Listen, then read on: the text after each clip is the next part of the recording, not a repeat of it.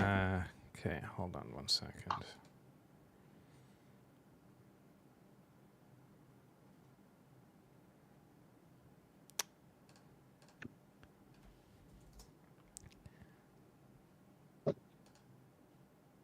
Hold on, I have to invite Adam to this little channel here.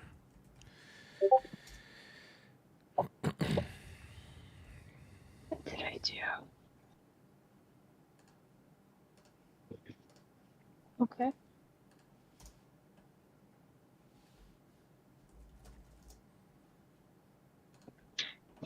Awesome.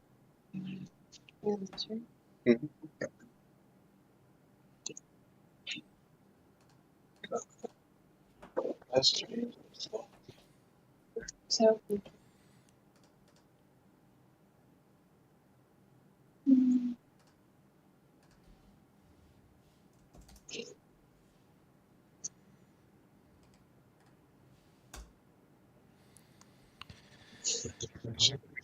Okay, hold on. Oh my god.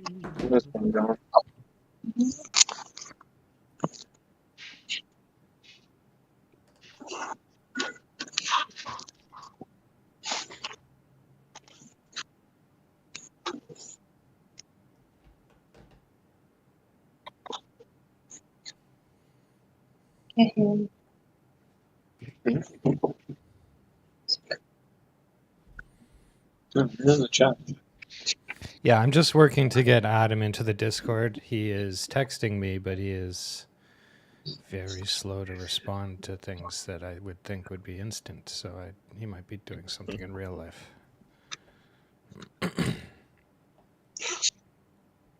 I'm clicking. It won't let me join, but it says I joined. Okay, hold on one moment. No problem. Take your time. I'm sorry.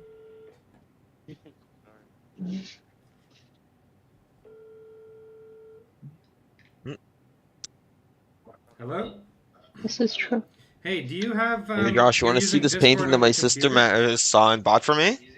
Sure. I like painting. Check this out. Oh, okay, but you're playing the game on your computer, or are you playing on your iPad? Yeah. It's on a computer, game, Discord, iPad.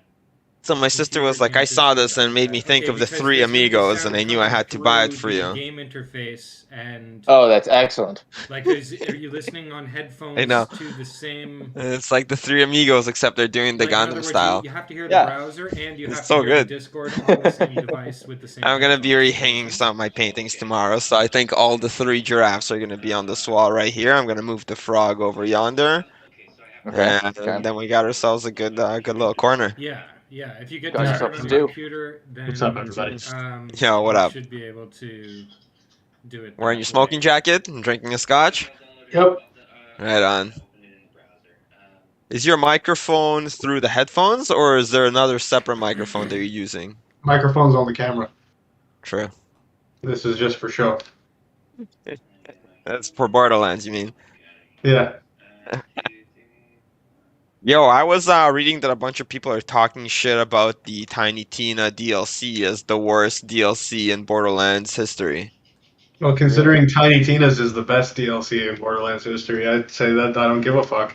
Yeah. That's accurate. That was my reaction. Yo, has anyone finished the game yet?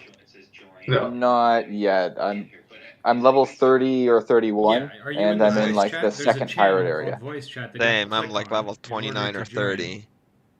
And then just clearing out some side missions. There should Yeah. I be- just helped save that definitely not evil guy. Oh yeah, I'm in the midst of doing that. Oh, just as a There we go. Okay, I'm in. Okay, Yo. cool. So slap on a Hey. headset or whatever. And hey then boss, hop yo, in there. you But, should mute yourself on yeah. the game. I'll see you in a sec. Okay. Oh, okay. Am I? Okay, you guys can hear me there. Okay. Yeah. All right. Okay. So, are you guys hearing Adam double talking in Roll20? Say something? Yes, probably. You probably are. Where's the mute? How do you want to put more on? If you hover over your own picture, your own face. Also, Adam, you may have to go into the settings on Roll20 and change your video display settings. I can show you how to do that. Hmm. If you look at the stream, can you see the stream? Yes, I can see the stream.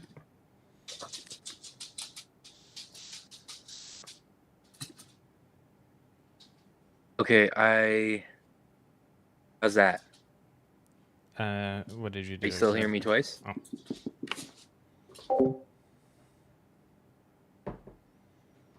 Guys, are you guys hearing him twice? Talk at him. Yeah. Hello, well. hello. I'm getting I am echo on not. everybody. Everybody? Okay.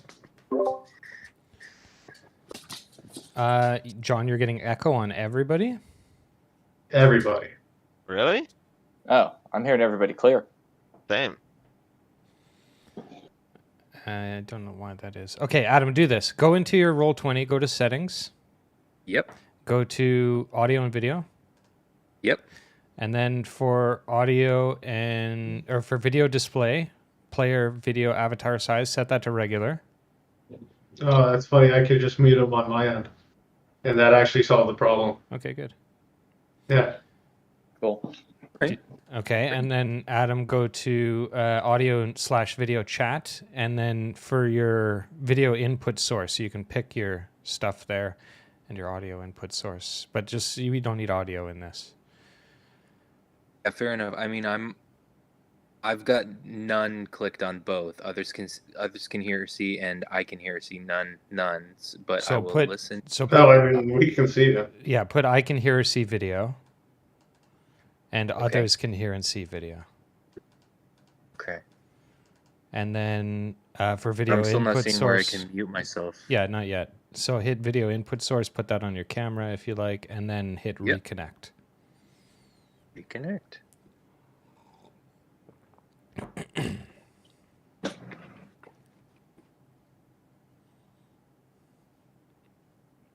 And then that'll take a moment. It should reconnect you. Then refresh your browser. Okay. Like just refresh the page. And I mean, theoretically, we should be able to see you at that point. Now, can everyone see Kyle? I can see Kyle. Yeah. I can see everyone except for Adam. Okay. Same. I can't see Kyle. Just refresh if you need. Yeah. Every time that happens, you just gotta refresh.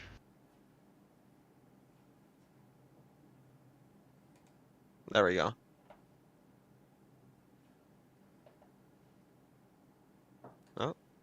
I lost Joanna again. No, I'm refreshing, Oh, okay. so I couldn't see everyone. Yeah, it's the Roll20 software is not super great. We could use Discord for the video as well, but the problem is then you're not really looking at the Discord ever because you're playing the game, right? Yeah. So this is nice because they're just right down there in the bottom, but then it's kind of shit, right? So it's kind of, I don't know, we'll figure out what the solution is. What I'm thinking of doing for the next one is doing it through like a, I don't know, like a streaming thing where you watch a video, but anyways. Or we can do like a Zoom meeting or a Google Hangouts or something like that. Yeah. Okay, we're just waiting for Joanna. Jan, are you back? Mm-hmm. Okay. Does everybody have video and everything? Yes, sir. Yeah. Yes. I don't see Joanna, but I Uh, can just refresh and whatever.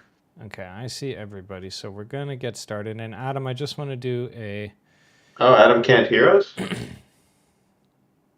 Oh, and I can't hear Oh. Adam. Yeah, we can't hear Adam. You must have left the Discord or something because the audio and video is powered by the Discord. I'm in the Discord. Oh, Yes, now we there hear you I go. you. can hear you now. Oh, okay. Weird. Okay, last thing. Everybody's just icons on the bottom of the screen. How do I get those videos to pop up again?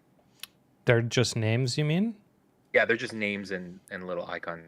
Little icons or like a large square with a strange pattern? It's a square, yeah. People with their square and some Just people are refresh. Try refresh. Or Okay. maybe you didn't hit in the audio and video options. There's an option to show you people's videos. Others can hear and see videos. I can hear and see videos.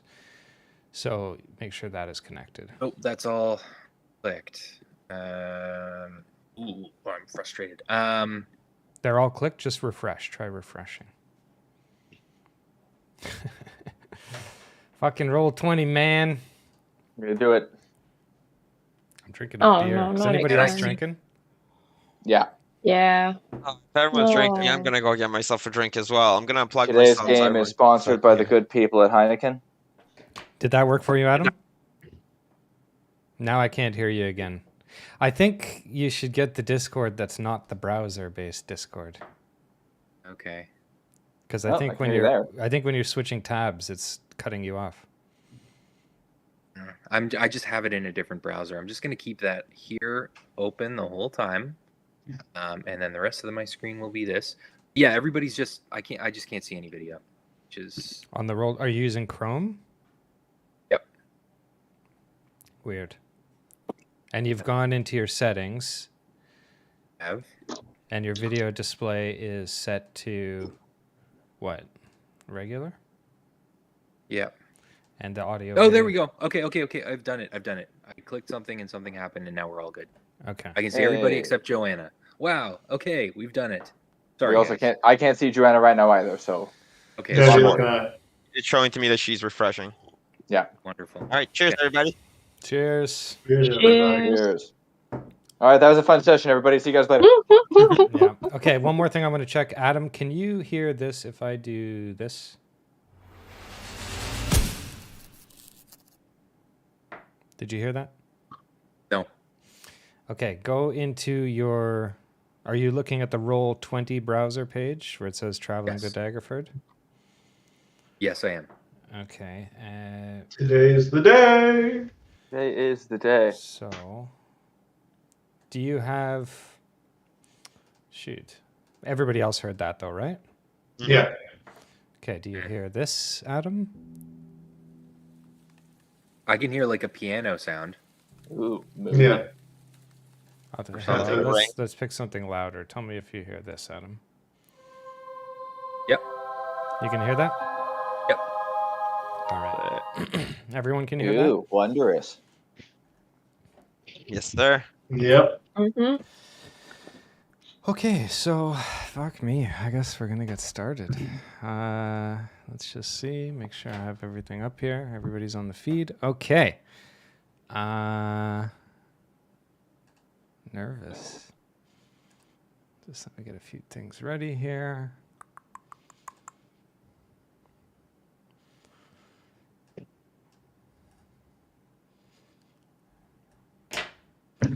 Okay. Here we go. I feel like we're all getting like the real Dungeons and Dragons experience because it's become a beautiful day outside, and I'm in the basement. I don't know if anybody else is in a basement. I'm not in the But- basement. I'm not. I'm not in the basement. Big ass one though. Okay, here we go. Let's give it a The word try. inside is it?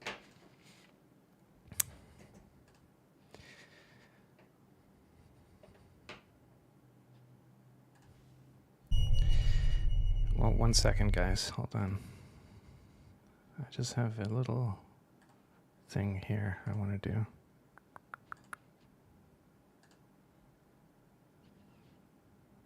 Yeah.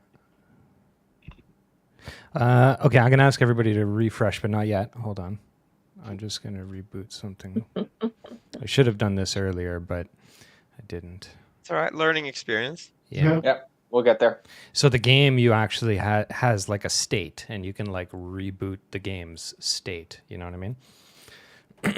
So I just reboot the game state. So I'm going to test something. If it works, then you don't need to refresh. But if it doesn't, then we will refresh. So hold on. Let's see. Can you guys hear that? Yes. Can't hear that. All right. In the misty fog of this accursed place lies a soul fallen from heaven's grace. The devil dies and lives again, preying upon the souls of men. No hope, no dreams, no escape in sight. The fog conceals the golden light. And all those who enter and become lost find their master at Ravenloft. For he is ancient, he is the land. Death and despair are ruled by his hand.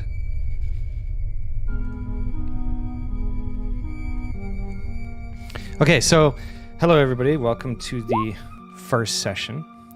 I'm the Dungeon Master, and I've been preparing all week for this. I'm very excited to see what we get up to. And as this is my first session, and my first time DMing, actually, at the same time, I will probably mess it up. Our campaign and our adventure today is called The Curse of Strahd. So, a little bit spooky. The campaign contains elements of horror, graphic violence, and adult language, and all that spooky stuff in general. But it's a fun game, so there's humor, and there's a lot of moving parts. And I'm counting on you guys to be kind of inquisitive and talkative with each other to help me a bit in bringing that sort of thing out. Our players today are John, Joanna, Josh, Anton, and Adam. And really, I do that for Adam because everyone else kind of knows each other in IRL. And also, I'm streaming this in case we want to watch it later. So, how is everybody?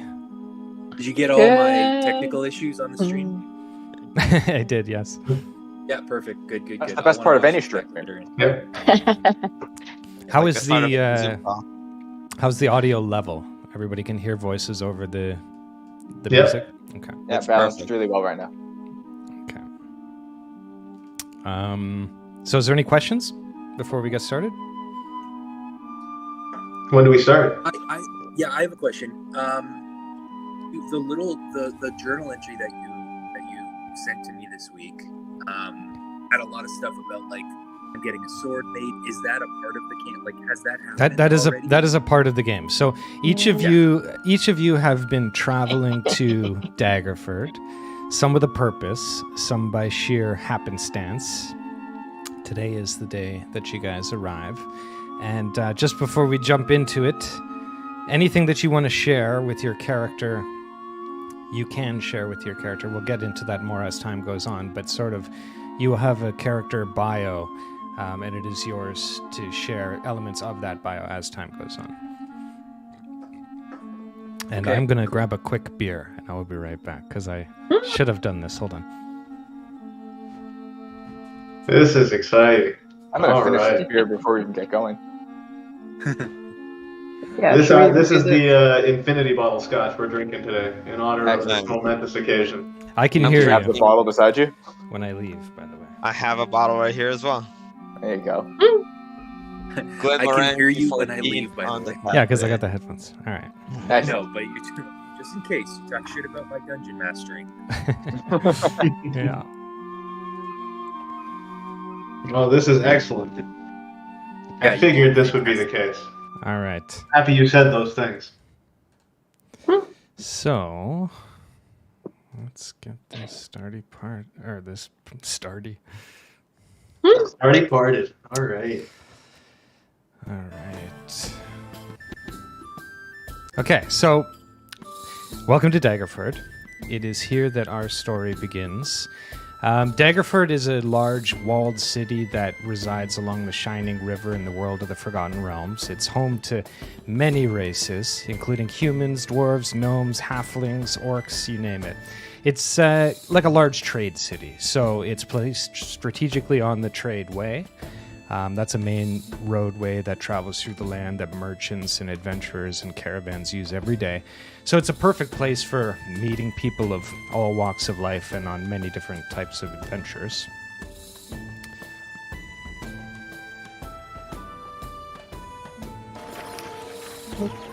Some of the audio is starting not ahead of where it should. Anyways, in the center of Daggersford, a large castle and busy metropolitan area exists. It has shops, blacksmiths, stables. It's bustling with activity. It's pretty much your typical medieval town, like you'd expect, but there's a sense of warmth and positivity in the air. So you get the sense that this is sort of a safe haven place. It's not really any dangerous place to be. It's a place to rest in between adventures, if anything. So today is a somewhat overcast day. There seems to be an eerie vibe in the air, and something strange but not quite distinct enough to be of concern, at least not yet, is in the air.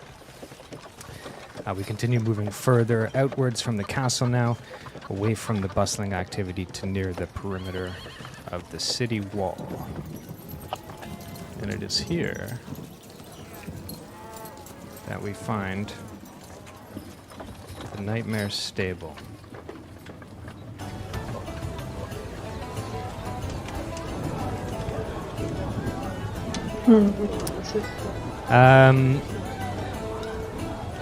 So as the sun begins to go down, we find this worn tavern. The lights can be seen from through the windows dancing and flickering, and the interior seems warm and alive.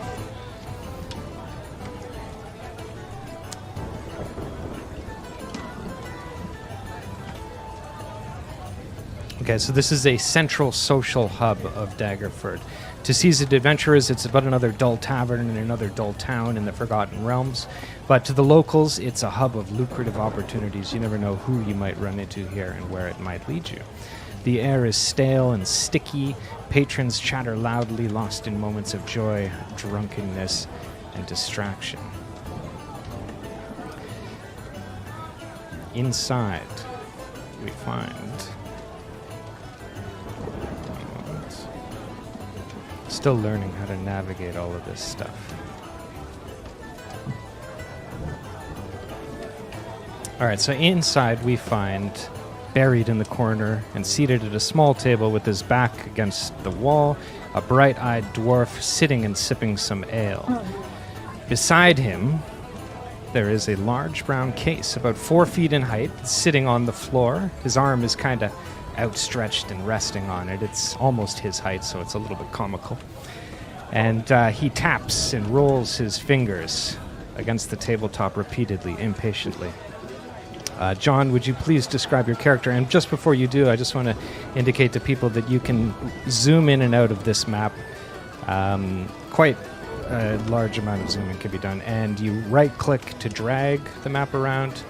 You can individual click to highlight objects by dragging, and then you can also move your character with the mouse or with the arrow keys when it is your turn to move. But anyways, John, would you please introduce us to your character, please? Yes, I am Legolas Strong in the Arm. I'm a 169-year-old dwarf.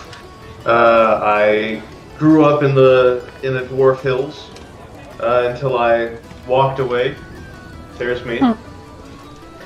So I grew up in the Dwarf Hills until one day I got a little bit too drunk and I wandered off. And now I, wander the world trying to repopulate my lost village. I also happen to be an excellent smith and have received a job, which is great because, booze is few and far between these days. I could use $1 and I'm in a tavern. Money's good. And I need some of that. So I went really hard and I built this wonderful, wonderful sword, and now I sit and await the person who bought it. All right, so it's your first time at this particular bar, Legolas, and it's perhaps a little too uppity for you. You kind of feel out of place, but there's a sort of excitement in that warmth, and you're not impervious to that, so you kind of toss your drink back into your mouth and slam the glass down on the table. And the local barkeep glances over at you. He makes his way kind of over to you and flashes you a stare. Hey, you want another? Oh. That's you, John. I mean, one more wouldn't hurt.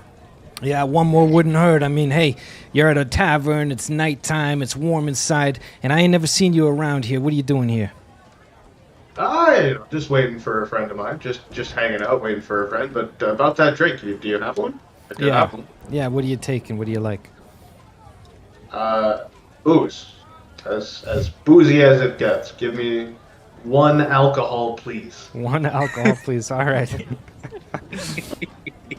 So he kind of looks at you with a strange look. Everybody who comes to this bar, this tavern, usually has a sort of specialty that they like, but ordering one alcohol, please, is something that helps you to stand out a little bit. So he's preparing your drink. Now, on the opposite side of the tavern,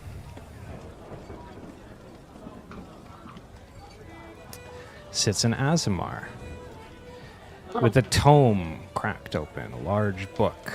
She scans the room for a moment, looking for anything of consequence. But she blends in quietly, and if you're not really looking for her, you'd skip right over her presence. Joanna, would you please introduce your character, please? Okay. So my character's name is Sachi. She is an Asimar, which is like a half celestial, half human. But she doesn't really understand like her parentage or anything. She didn't really have her parents growing up because her dad was never in the picture. Her mom died when she was young, but she was raised by a very friendly druid, which is how she became a druid. But she always had a love for books. She's also very, very bad at dealing with people, but she's super smart and just has a thirst for knowledge. Okay, cool. Could you give me a perception check, please? And for characters who are still learning, you would basically open your character sheet and you'll find... Let me open it up here. So you have two primary things. You have saving throws, which are on the left side. Those are things when you need to save yourself. And then, of course, you have your skills. So a perception check would be one of those skills. Okay. That's the core, right? Yeah. Okay. For the Okay. perception check, 14. which dice am I rolling? No, that was Anton. Oh, that was That was my Anton. That was my bad. So, in fact, you can just click right on it on your character sheet. So if you're looking at your character sheet and then you see the word perception, you can click right on it. It will roll perception for you. Okay. I clicked it. Perfect. Did it do a Okay, thing? so... You gave yourself advantage. Oh, you gave yourself advantage. Oh, sorry. You know what? I may. You can have advantage. That's fine. You turn That's it an off X20. now. But because you're socially awkward, you'd be kind of in this place and kind of nervous and looking around and evaluating everybody. So you can have Yeah. that. I'll let you have that. So, Okay. so what you find is everyone is minding their own business except for a nervous and conspicuous soldier sitting in front of you. Mm. Okay, you're looking at him, and he catches your eye and holds your glance for a second before, looking nervously away. Okay. Can I go up to him and say hi? Sure. He seems kind of familiar. I had this weird dream. I feel Okay. like maybe I should talk to him. Sure.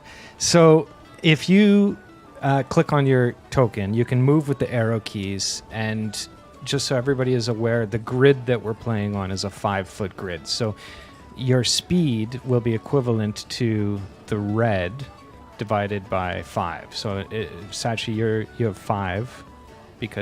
6 squares of movement because you have 30 speed. Does that make sense?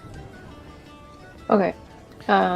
Sorry. So I want to go to the soldier dude. Yeah. Okay. So I just drag. Yeah, you can drag or you Up can with use the the- arrow key. I'll go right here.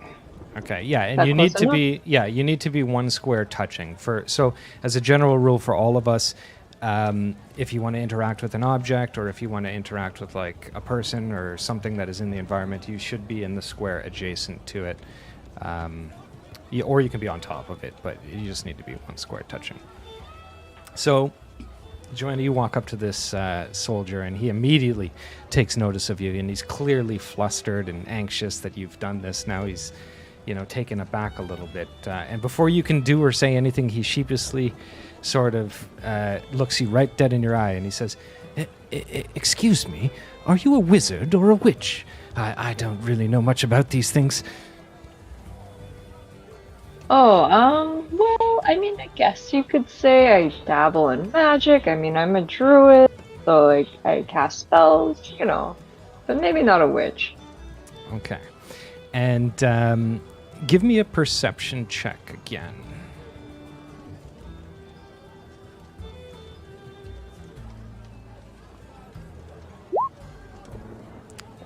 A 7 out of perception.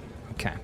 So you can tell that he is wearing the armor of Castle Morwen. Castle Morwen is the main castle of Daggerford. So that he would be a soldier. He's probably an off-duty soldier for the castle of the town that you're in. And he looks at Okay. you and he asks you a question. He says, "Well, I don't know if you can help me really, but can you read my fortune?" Oh. No, I don't think that's something I can do, bud. I could tell you what plants to eat to have a good tummy, but no. Copy that. So he looks at you. He's kind of disconcerted, and he he takes a breath and stammers, and he says, "Well, here's my problem, really. I'd like to know if I'm cursed. Can you tell me if I'm cursed?" Can I do? I'll tell you what. I'll explain the story. You see, I'm very stressed out. I was asked by Duchess Morwen to remove some intolerables outside the castle wall. They seemed harmless at first, but we had received reports that they were harassing townsfolk and other visitors, and demanding money and wine. So I went to do it, but before I could, I've been turned around and all mixed up, and I feel like they've put a hex on me, or some sort of magic, as it were. Can I do another perception check? Sure. Okay. What would you like to know? I'd like to know if he is actually cursed. Is that something I can do? Yeah, you can do that. Okay. What did you get here? You are unable to determine if he is cursed or not, but you can see that he Okay. believes that he is cursed. He doesn't know what to do, so he's kind of, in a strange place, and yeah, doesn't know. But you can't determine if he's cursed or not. Okay, so I can't really help him. Can't really help him in particular, no. So he goes on to continue. He continues. He's basically kind of like desperately looking for help. He explains, I just don't know what to do. Lady Morwen doesn't want an armed conflict, but she wants these visitors gone. Perhaps you could give it a try, to send a stern message to ask them to leave.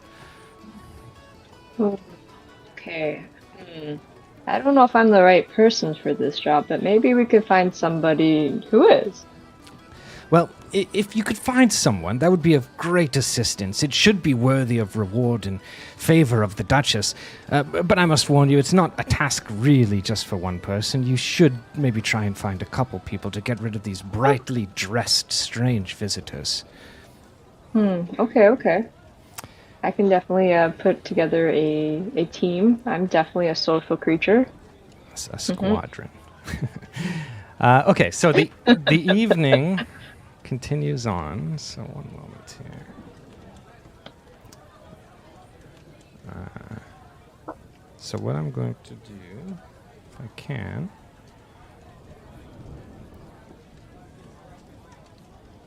see if that works. Boom, yeah. Okay, so the evening carries on. Some of the patrons have left at this point, when suddenly the large oak door of the tavern swings open and cracks against the wall. And standing in the doorway is this large silhouette, very tall, strong. It's the classic broad-shoulders male stereotype physique. There's a brief pause where everyone sort of glances towards the door, and as the closest to the entrance, Legolas immediately takes notice, his bright eyes fixated on this figure that's come through the door. Adam, would you please introduce us to your character, please? Okay. Name's Slapstick McLaughlin. Call me Clobber. I used to be a gladiator, and I'm a half-orc. And I've got style. I'm proficient in weapons, various kinds, and should I read my character sheet? Should I just do it? Because You can say whatever you'd like to say, but your mic's is his mic chopping out for anybody else? Yeah, like you're a little far away from your mic. Yeah, your mic's a little, okay. Let's that's lean better. in here. Let's lean in here. All right. I like to keep legends of myself vague, and I like to propagate the legends and the rumors out there. So I like to say that I've seduced the wind and I've divorced the sky. I'm behind on my alimony payments to the mountains, and a babbling brook has a restraining order against me. Gotcha. Okay, so you enter the room. Your heavy booted footfalls and the jingle of coins on your pocket bag can be heard clearly over the buzz of the crowd. Slapstick, you scan the bar casually. Can you give me an intuition check, please? Yes, of course. And I just click intuition. You got it. have to find it. Intuition. There's no intuition. Or yeah, like Insight? insight check. Investigation? Insight. Sorry, I missed. Insight? Yeah. Insight or investigation, whichever skill you have, you can. There's a little wiggle room. Okay, so 14. So yeah, you clearly and immediately notice a dwarf sitting to the left of you with a large case, and you have an inkling that this is the man that you've arranged to meet with today. So, what would you like to do? So I would like to, take a seat on the stool next to him. Can I do that? Yep. So you can move with the arrow keys, or you can just drag. Taking a seat next to him. Open up a stool. Okay. Hello, And friend. I'm like- Have an alcohol. Barkeep, I'll have one of the alcohol that he's having. Oh my God, you're making me decide again. This is the worst. All right, we'll come up with some kind of alcohol to give you here. And Kelric, the barkeep, puts a glass down, slams it over, and says, "There you go, weirdos. You found each other." Perfect. And so can we just have a chat now? Can we have a chat? Okay. Well, like, Hey, pal, they call me Clobber. hi, I'm Legolas. Can I roll an insight check on him to see whether or not like I trust him? Is he my guy? Yeah, you can. Because I picked this up. I picked up this job on a board. You know, like I've never seen the guy. Yeah.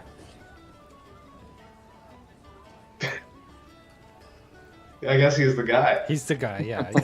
You can tell he's the guy. Hello, my friend. I've been waiting for you. I have the job. Do you have the money? Because I have no other way to pay for the alcohols we just got. Well, we'll get to that. Okay. Firstly, I gotta say, your reputation precedes you, and I'd be remiss if I didn't just take a little gander at that old sword I've commissioned. Oh man, I should have used that insight check. With that insight check, it's a 21. Is he trustworthy? Yes, you can determine that he is a trust. I don't know if you've seen the way that this man is dressed, but I mean, he's quite the spectacle. So he's not really. He doesn't carry with. he's him. not just gonna steal it before like I can show it before I take the money. No, he is very, very, conspicuously dressed. He's not a lurking in the shadows kind of guy. He's very. All right. There it is. Pick him out in the Even crowd. good. Behold, my sword. Okay. So now, Ooh. Ooh. and boss Gladius, Fancy. forged by That's the dwarf pretty. and the arm commissioned by Slopstick McLaughlin. Okay, looks good. What I would like to do is, I need to test it in the usual way of my people. What is the usual way of your people? But what I'm gonna have to do is I'm going to have to place the sword horizontally across two of these wooden bar stools, stand on it. That's where I'm at so far. So what I'd like to do is do that. You want to stand on the sword that I made. Listen, pal. I mean, there's no need to. I mean, sure, but you have to have it blade up.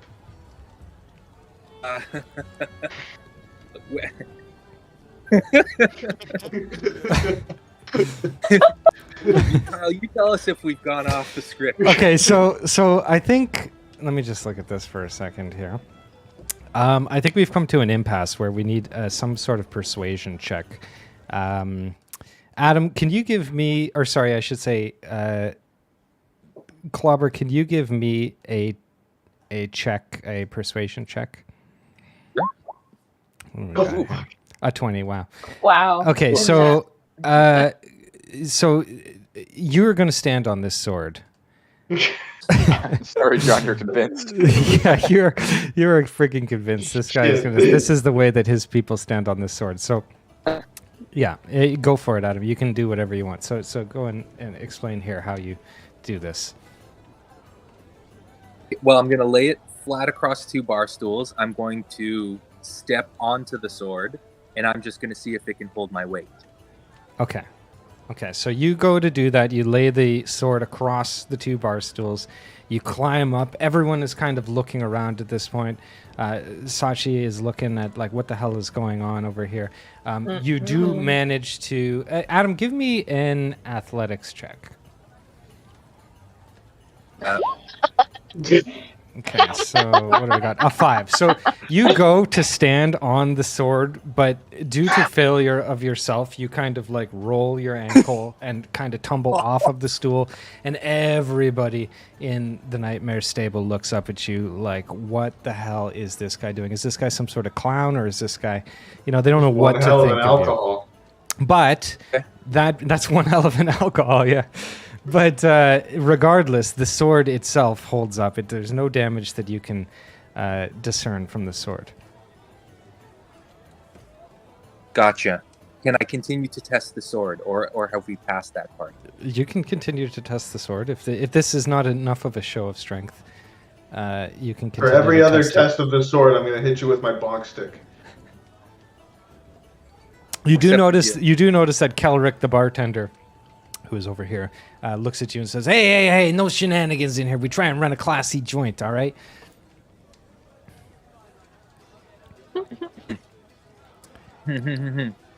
So go on. What Okay. would you like to do, Slops? Can I Or can I roll an intimidation check to get him to stop trying to break the sword? yeah, you can. You'll have to do it though. You'll have to come up with what you're going to say if it works. Oh shit! Go for it. I'll tell you if it works after. All right, I'll tell you what. You can keep testing the sword, but every test you give the sword, I'm going to hit you with my bonk stick, which is my Smith and hammer. It is relatively menacing, but you've had a few drinks, and so I don't think he's particularly phased. Adam, what is your next test? Or Slopstick, what is your next test? Not intimidated enough. No. I'm good with that. Can I run an investigation check on the sword? I have done that Sure. to begin with. Yep. Nat 20. You see the sword. Wow. So this sword Deep is sword. this is a Look, a sword. well-crafted sword. There's nothing wrong with this sword. It should fare perfectly well in any adventure. There is a sort of multicolored, multi-tonal, beautiful layout of this. There has an emerald embossed backing. It's a great sword. There's a You don't even gemstone. want to know what I had to do to get that emerald. Okay. Well, listen. I'm going to make you an offer. Sword and 50 pieces of gold. I think. 50 pieces of gold? That sounds like a whole bunch. Do I have to make a check on this? Like, how much money is that? I've never played this game before. Significant amount of money, It's isn't it? 50 monies, man. That's a Yeah, bunch. it is a good this- deal. Yeah. Is this like what this sword is worth? Am I being fucked here? Well, run a check for me. Run an intuition check. You're a blacksmith, so you would know. You'd have a good intuition about this. Maybe. We'll see how you do. Intuition. So insight? Insight. Sorry. Yeah. You gonna give me advantage because I'm a blacksmith? This Yep. is a smithing thing? Sure. Cool. Perfect. 21. This is a good price for the sword. You could probably negotiate a little bit higher, but this type of sword would go probably between 40 to 70 gold. So. Alright, then I will take that money because money is what I wanted. Perfect. So, two things need to take place here. So, Adam, open up your character sheet, and you will find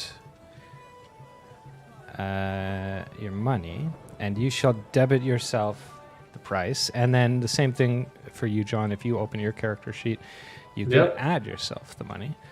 And I am going to make a little tweak here. I now have 60 money. Whoa.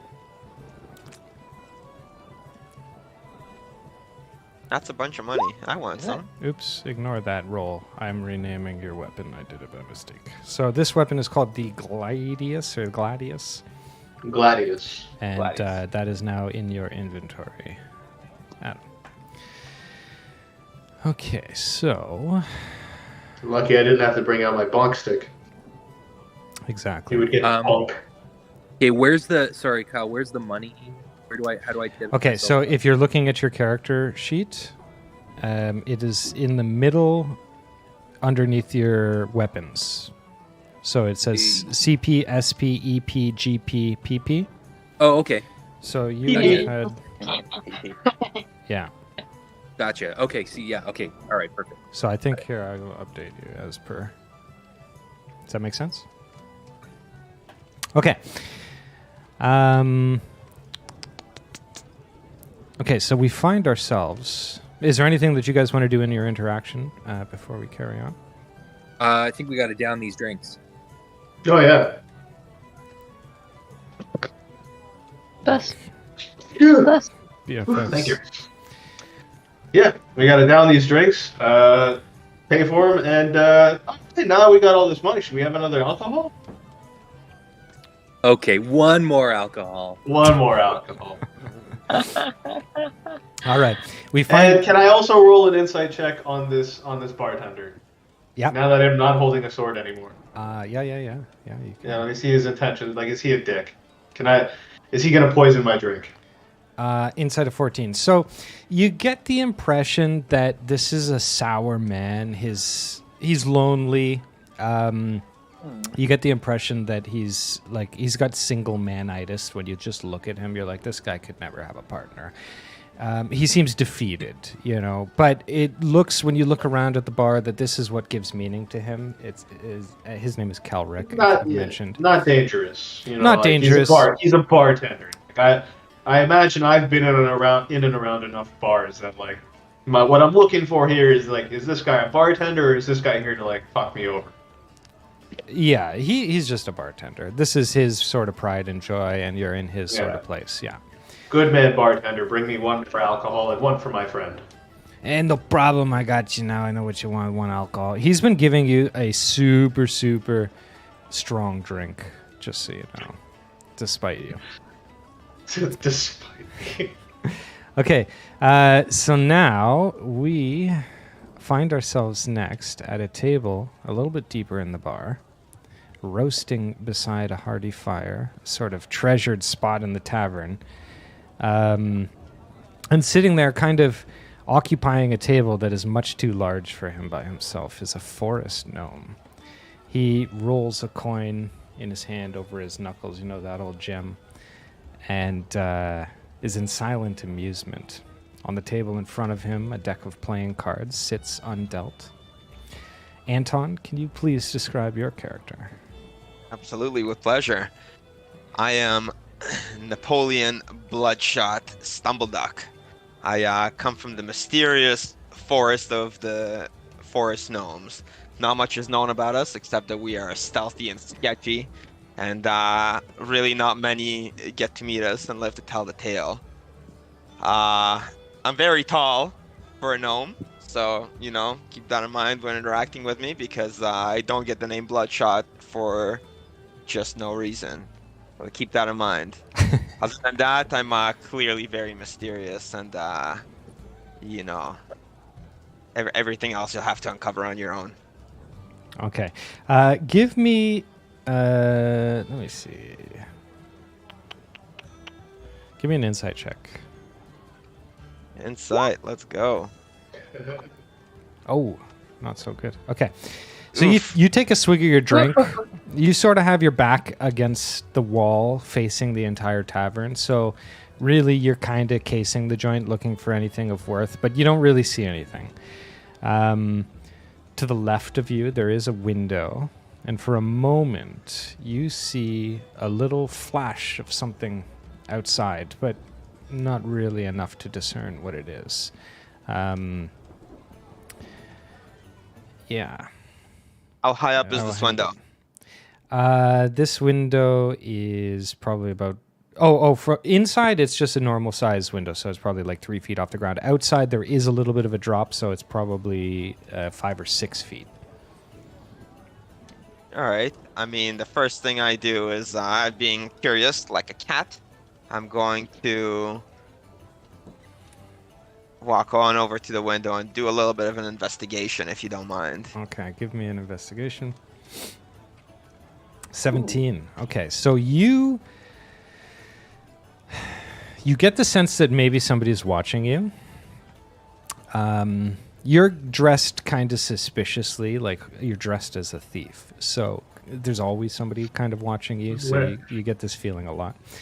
But you see what appears to be kind of like a flash of red fur. You think it could be like a fox or something like that, but it's way bigger than a fox. So you don't know what to make of it exactly. Red fur. Give me one quick second.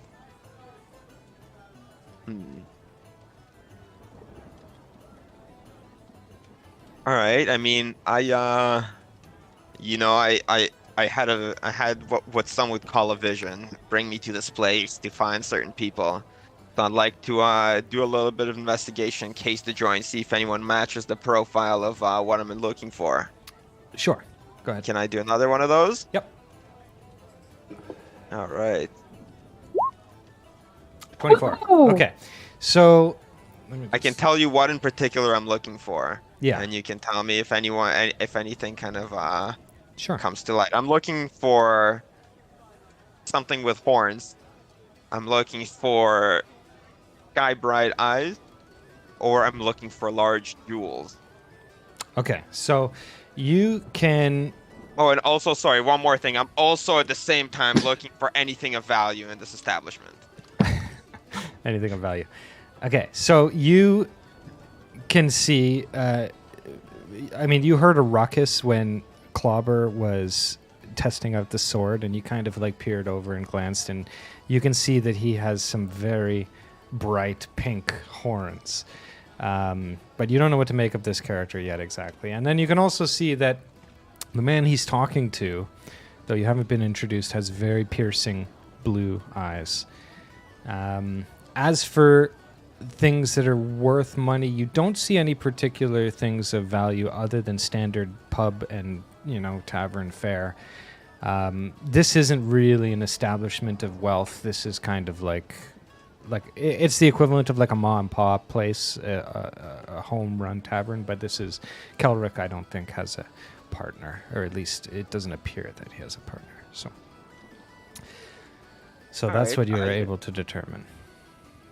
I mean, I see the two people over there, and I mean, they seem to be friends, and they seem to kind of match the description of who I think I might need to be looking for. So I'm obviously going to very stealthily, granted, slowly start sneaking my way over to them. I Okay. think this is it for my movement. Yeah. Oops. Yeah. Okay, so let me just open up my note here.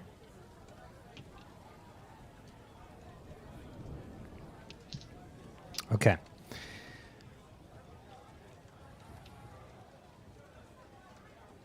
The fire inside the tavern crackles on. It's around midnight now. And the activity in the bar is starting to die down a little bit. Outside, the air is beginning to get crisp, and a light foggy mist begins to creep over dew-filled grass. So it's one of those nights. Josh, would you please describe your character? I am Fyendal, a wood elf of the forest, and nothing, if anything, of my people, as I was raised by the wolves in the forest itself. More myth than man, and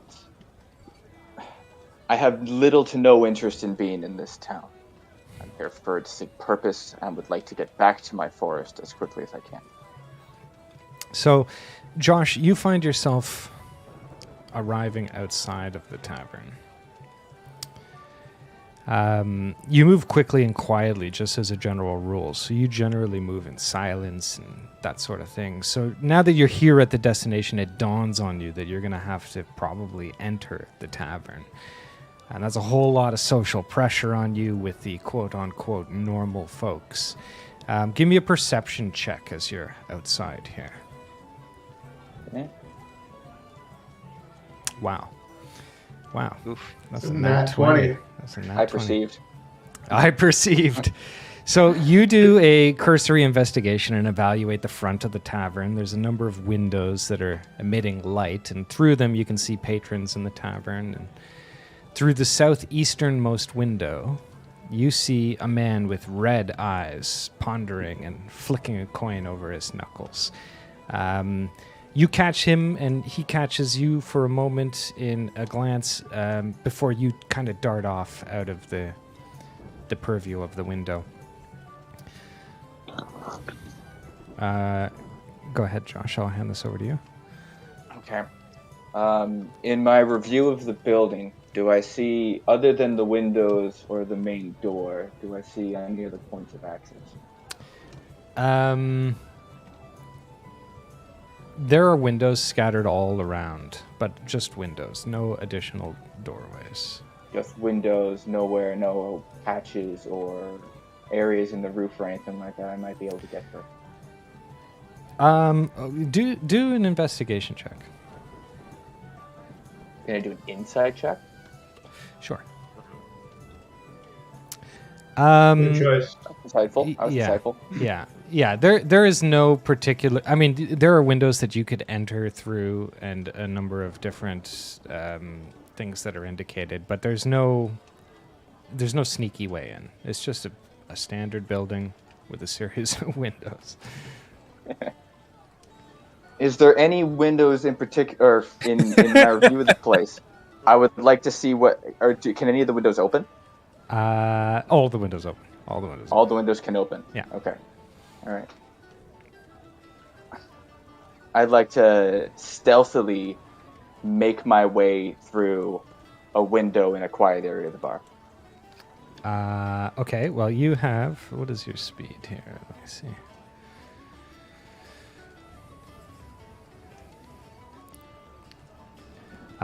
Okay, so you have a speed of 35. So you have 6 cubes of movement. So where would you... So you can see the windows, if you look at the bar, as little cement sort of like cinder blocks almost with like a brown line between them. So you can move to any one of these that you see.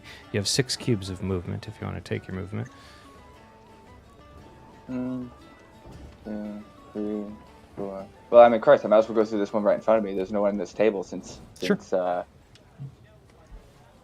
was Anton's name? Yeah. Anton, what's your name? Anton, what's your name? Bloodshot.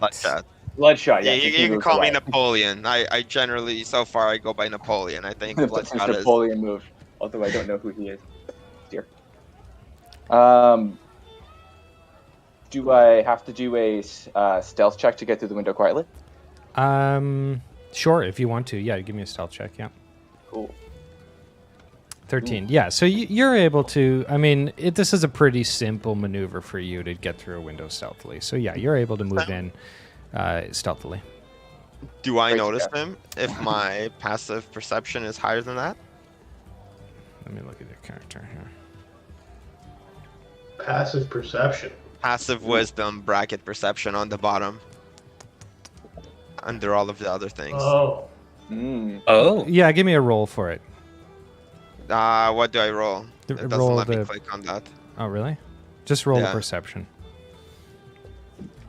Ooh. Oh my god. Oh, he perceives. Yeah, you obviously know. You nothing sneaking behind you. You see, you're accustomed to moving in the shadows as well.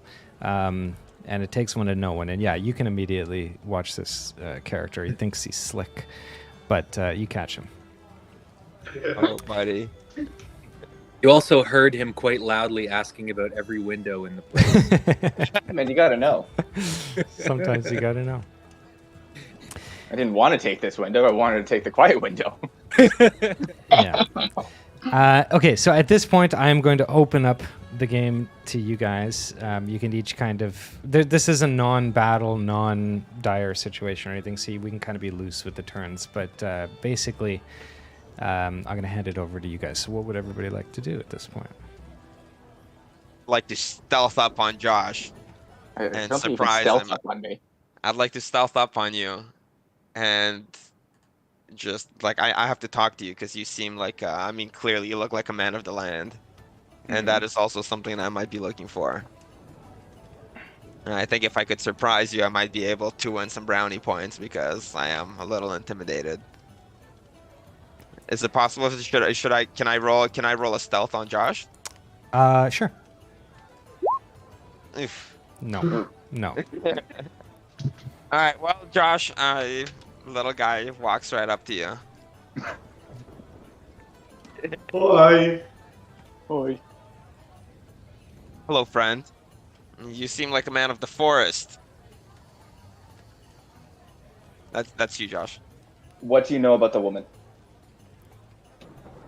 I don't know nothing but nobody. I don't know anything about any woman.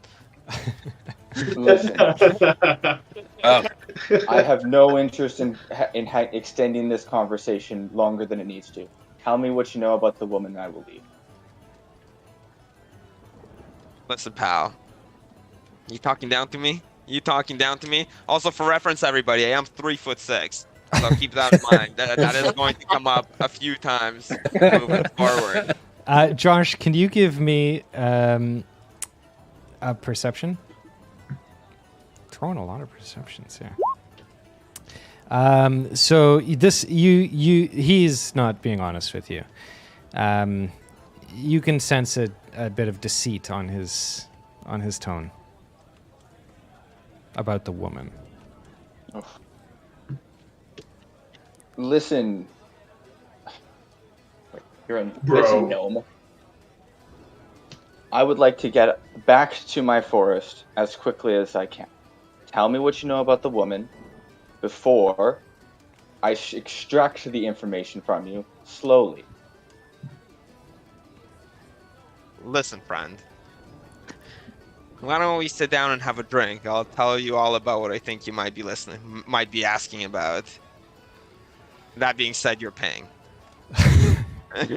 And can I just sit on down? I'm just gonna meander right over him. Yeah, give me an intimidation. Ooh, all right, Josh, you ready for this? Hold on. I'm ready.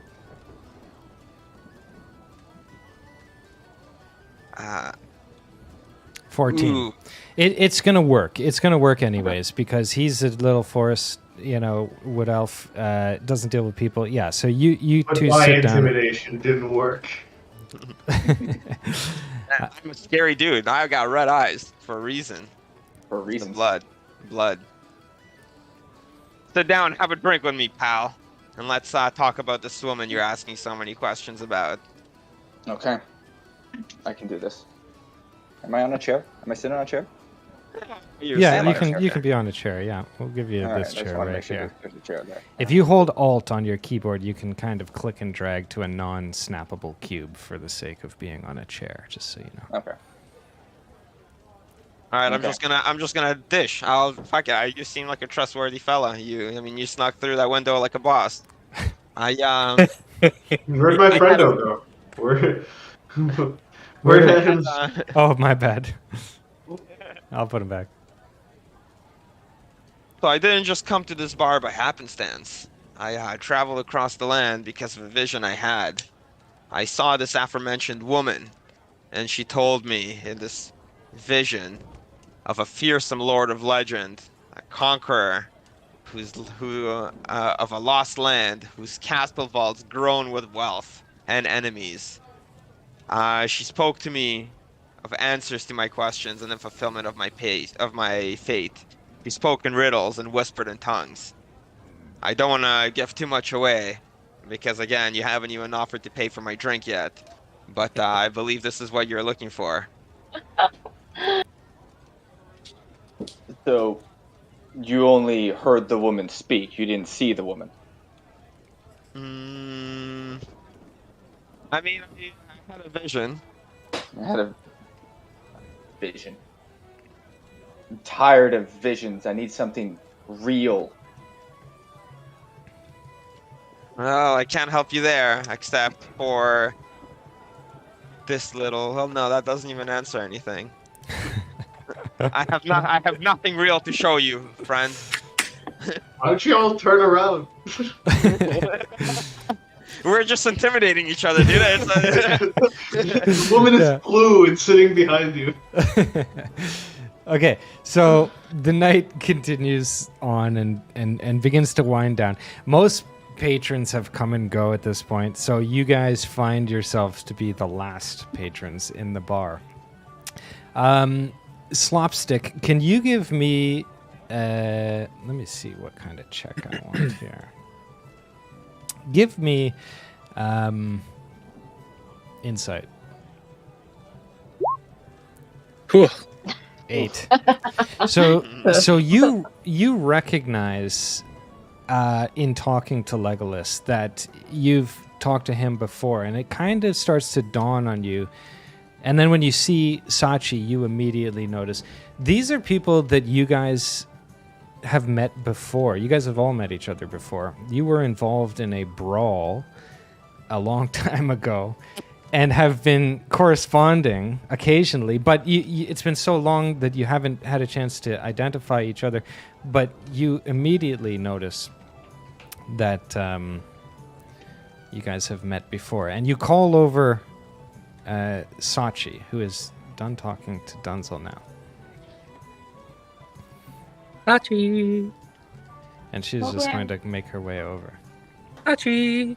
Okay. In fact, I'll tell you what we're going to do. Everybody, we're just going to gather everybody here. Okay. Come on, grab a That seat. works. Since you're the last people at the bar, right? So I mean, We've been drinking. I've been drinking. you've been drinking. I had a payday. I mean, I've been reading. You know, You've been reading, yeah. it's a good book. I talk to people. But is it a better book than This Is an Alcohol? Oh yeah, I'd say so. I'm The never- knowledge is just quenching my thirst. I'm never going to forget. 1 alcohol, please. So the thought suddenly dawns on you that you all realize that you've been introduced before, and you all come together since you're the last people at the bar to sit down and have a chat. You know, you feel like there's something at play here. This can't be just a coincidence. And Kelrick comes over and basically brings you guys all a drink and says, I want everybody to have a good night. So here's a drink on me. Afterwards, get the fuck out of here. I want to go home. And so he brings you all a drink and then retires to the bar to clean up. Like to pound my drink. I'm like, I chug my drink down. Like there's 5 of us. I gotta be the biggest, baddest motherfucker. I like take that drink, which is the size of my entire like upper body, and just like start pounding it back and just smash it on the table, breaking the glass if I can. I don't know if I'm that strong. I don't even know what check to... Yeah, you can do that. I'm just going to let you do that. Performance? Everybody looks at you kind of strangely like, what the hell is up with this guy? But yeah, sure, you could do that. Yeah, I'm just happy to have another drink. Who cares where it came from? Can I are we doing turns or can I just pipe in? No, you can just pipe in.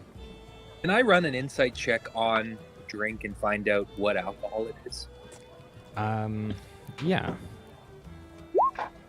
Oh God. What is No, it? you can't. You don't want to know. Let's see. A 5. Yeah, you have no idea. Somebody It's else. just the booze. Somebody else. Cool. Can, Keep it vague. if you Dude. want. All right, I'll give it a shot to see if I recognize this drink because I like drinks so much. I want to know what he Oh. gave me. Anton rolled an insight of 17. Anton knows already what kind it is. First John, time pound back a you, drink. Did you want to roll, John, as well? Yeah, what is it? Is it? It's an I insight. wanna- I Oh, wanna see if excellent! I I know. love Yeah, it. it'll be an Hey. insight. Oh, 11. I will give... do it with advantage, John. Sorry, I should have given you that because you're an alcoholic. Yeah. Yeah, there you go, 21. He knew. So you're drinking Baylor Ale. So Baylor Ale is a popular type of ale that is from a blushing mermaid tavern that is in Baldur's Gate. It's a very rare drink, and it's very high in alcohol.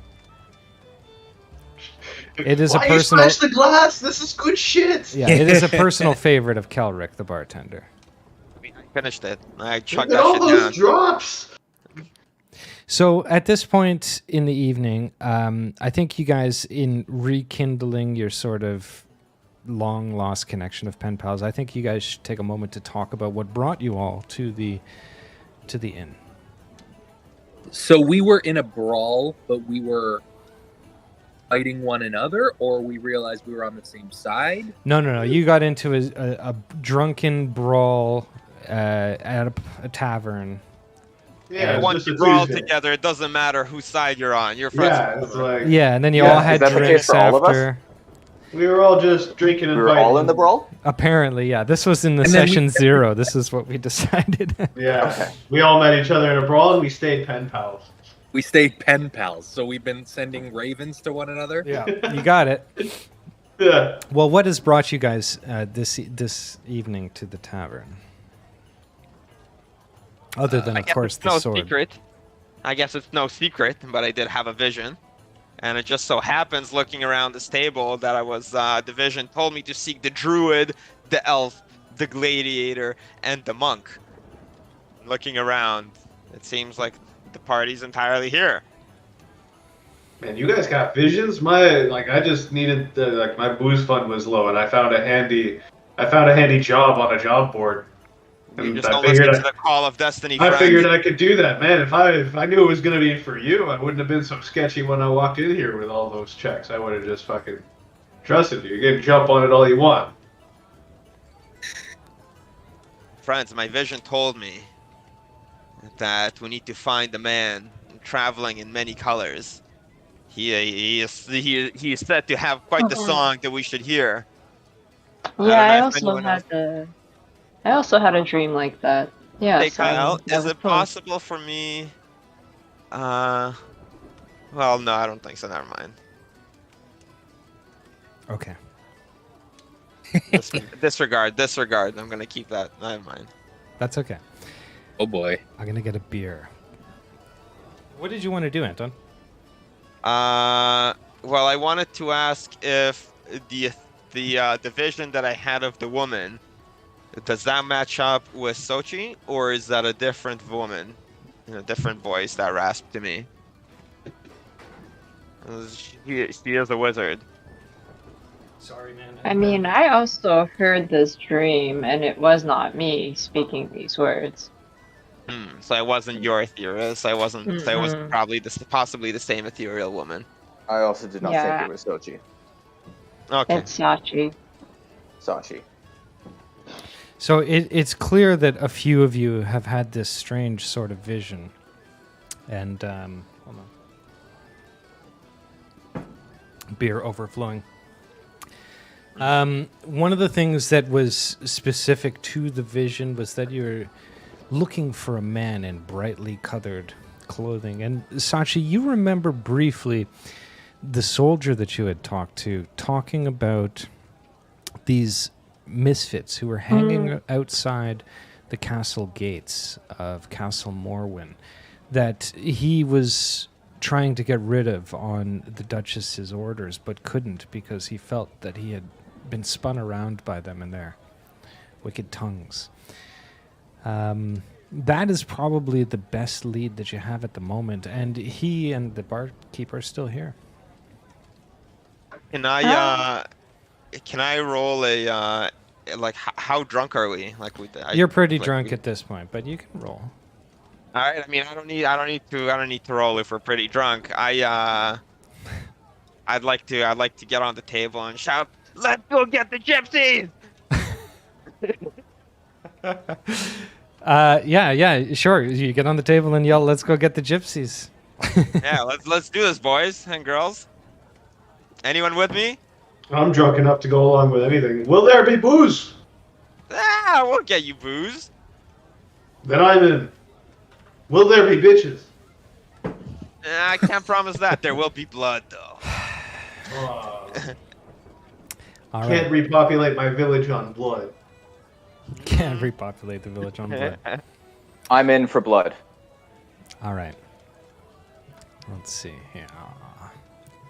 So you guys are going to head outside of the tavern. Are we all in agreement that we are on the way, as it were? Are we on a quest? Well, you're going to get rid of these intolerables, as it were. But A before we quest! go, it's not a quest unless someone offers payment. Can we go and talk to this soldier guy who's still there, passed out in the corner? Yeah, you can.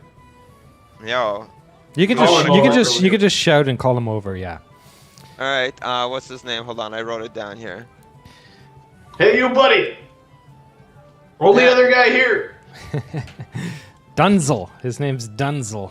Dunzel. Hey, Dunzel. Okay, so Dunzel makes his way over. He sits right at your table. He's sheepish and nervous. What did you want from me exactly? I'd like to try and intimidate him. Okay, do it. Oh, I'm going to. 12. Yeah, you're able to intimidate him. He's kind of meek and small. What did you Thank want to God. say? Rumor has it you have a problem you need us to take care of. Well, yes. I mean, yes and no, really. You see, recently there's been a troupe that has arrived in town to perform and share stories. They have an encampment. I've been asked to remove them, but I just can't. Well, thankfully we're here. We'll be glad to help you with this little infestation for some coin. Well, I'm just a soldier. I can't promise any coin, but I will say that you will be in the Duchess' favor. You see, they've been hassling townskeepers. There's one of them named Ratka, who's been causing a ruckus, and usually he's been actually here at the tavern harassing for alcohol, but I haven't seen him here tonight.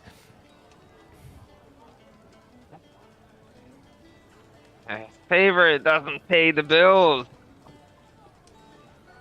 Surely you can find a few coins to spare for us to, end this party early and go take care of this problem for you. Give me... Does anybody... Who has a high persuasion? I'm -1. I'm Same here. also -1. I got a 2 persuasion. Ooh. Perhaps... Yo, Look at Perhaps... you, Mr. I think that's the Charismatic. best. Yeah, perhaps you can convince Dunzel. No. we've all had a bit too much to drink. Perhaps not. Okay, This is so... a circle of drunk, ridiculous people. So Dunzel looks at you and he reaches into his pockets and literally pulls out the kind of like, the inside out pocket pull that shows you that there's nothing there. And says, "Listen, I'm terribly sorry, but all I have is the good word that the Duchess wanted them gone. I can tell you where they are." Yeah, might as well. Now that I'm hungry for blood, I might as well. Hungry for blood? Well, they're just outside. Head west down Daggerford Road. You'll find them immediately. Does Let's go. does Denzel have any like weapons or trinkets? He's Anything? off duty, and so he's kind of he's got nothing. This is not a highly esteemed guard. This is a pathetic little guy. Hey, we're all good and neutral people here, unless somebody wants to beat them up. Yeah. I want to.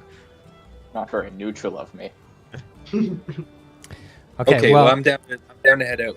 Yeah, Okay. I'm ready. I'm getting amped up for some violence. Yo, chaos, baby. Are we moving? Where are we going? yeah. So you guys leave the Nightmare Stable.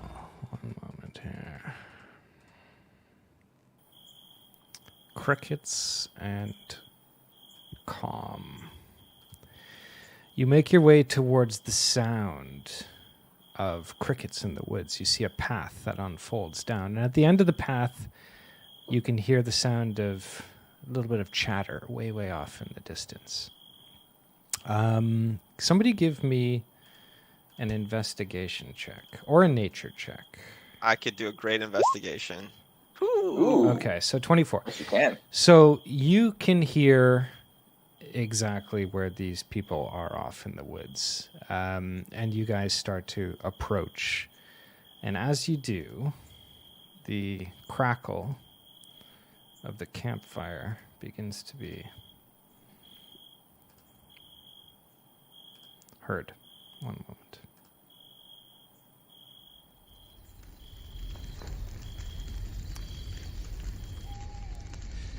So the path in the woods opens up to a space enclosed by high trees. The crackling bonfire is in the middle of the space, and several barrel-topped wagons are parked away from the fire. You realize that you've come upon an encampment of Vistani people, travelers. What would you like to do? How far away are we from them? You are about 30, 40 feet from them at this point. They don't see you yet. Are there any good vantage points? You are just kind of in a dense wood, so you're already in the vantage point of being kind of tucked away in the trees. All right, can I do an insight to see if they're like, do they look like they're ready to, like, are they tired? Do they, like, if we walk in there, do they look hostile? If we go in there, are we going to get attacked? Or... Yeah, give me a check. Yep. What did you get here? 19? 19. Yeah, so, let me see here. How are we looking? So, are they hostile looking? Are they peaceful looking? So tied to a nearby tree are like a dozen draft horses, and they're wearing all bright colors, bangles, and tassels. Like, this isn't a group that really travels by stealth. And there's a large, colorful tent that has been pitched next to the wagons, and around the fire there's men, women, drinking, sitting, laughing. They have wineskins, so they're having a good time. They're not a threat. They're having a good time. It's just a night out. This is insight. It's not like what kind of people are like. Are they aggressive looking people? I'm wisely looking at. So, the Vistani are wanderers. They travel about in horse-drawn, barrel-topped wagons. They build them themselves, and they're flamboyant and like gypsies, as it were. So They I'm a dress in wanderer. bright I've been colors. wandering around for 100 years, and like I figured these guys are all right. Just keep your pockets close and keep your passive wisdom up, and we should be fine talking to these guys. Yeah. So I start walking forward unless anybody stops me. Anyone? Hey guys! Okay, so as you get closer, one of the children looks up and sees you and cries out, pointing in your direction. The people around the fire look up and smile at you. And a large man, and judging by his gray hair, he's probably like in his 50s or something. He walks over to confront you. His arms spread wide, though, as if he's going to give you like a big hug. And he says, or embrace. He says, "Another visitor. I bid you welcome to our humble camp. Please join us at the fire. We have food, we have wine. I bid you welcome. There is also a tent if you want to lay down for the night." So, very friendly. You said wine? Yes, we have many types of wine, lots of different types, from sweet to sour. You tell us what you want, we will give it to you. Can I do an investigation roll to see if any of them is kind of matching the description of the man we're looking for? Yep. The what's his name, Ratka? Yep. Well, Ratka is not necessarily Ratka. the man you're looking for, but a man, yeah. Yeah, I'm looking for the man in the what was it? Yeah, I mean the man in many colors. Yeah. The most colorful. Yeah, give me a check. Oof, I do not see him. 7. So you just see a group of many. You're unable to really discern, but the person who's walked up to you is He's old. He's wise. He's probably somebody important. He's pretty colorful, is he? Yeah. So Can I? so he says, "Oh, please, no hesitation. Do not insult our hospitality by refusing. Guests are sacred to the Vistani. You will be treated with honor while you are with us. Please come enjoy the fire." Fair enough. Ask. You don't need to ask twice. Let's set our weary bones. Unless Flopper, you got some hesitation. I'm not gonna fall asleep. You're not going to fall asleep. I'm not gonna fall asleep. I'm not gonna spend the night in their tent or whatever. It Okay. seems like a trap. Okay, well, the man leads you all to the fire. He spreads sort of a blanket over the fallen tree stump that's there, and makes like a clean place for all of you to sit down on this like big log. "My name is Stanimir. I am the leader of this clan."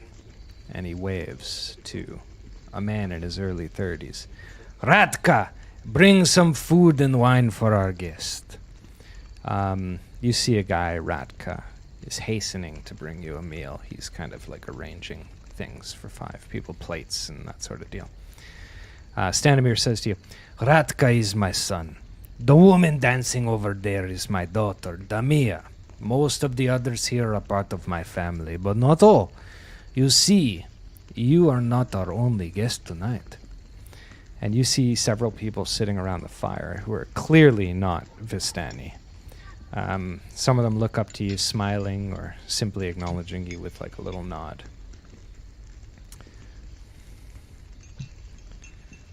And that's you guys. Is Rodka bringing us food and drink? Yeah. So I'd like to. Go ahead. I'd like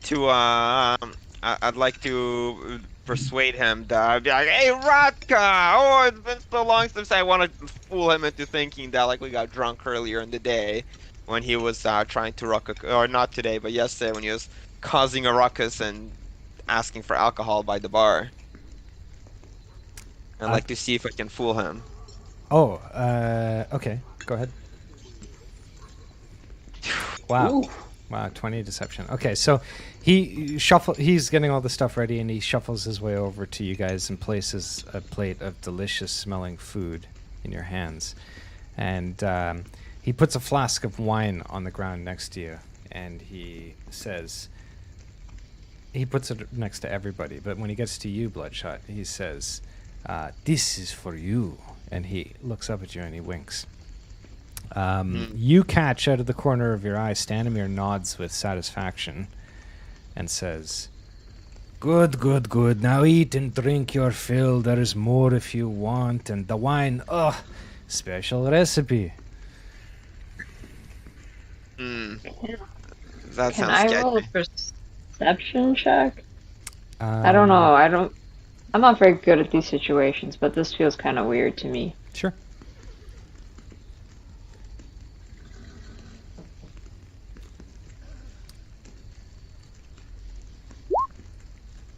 Oh, wow. So 7 perception. So the Vistanis seem to be friendly and joyous.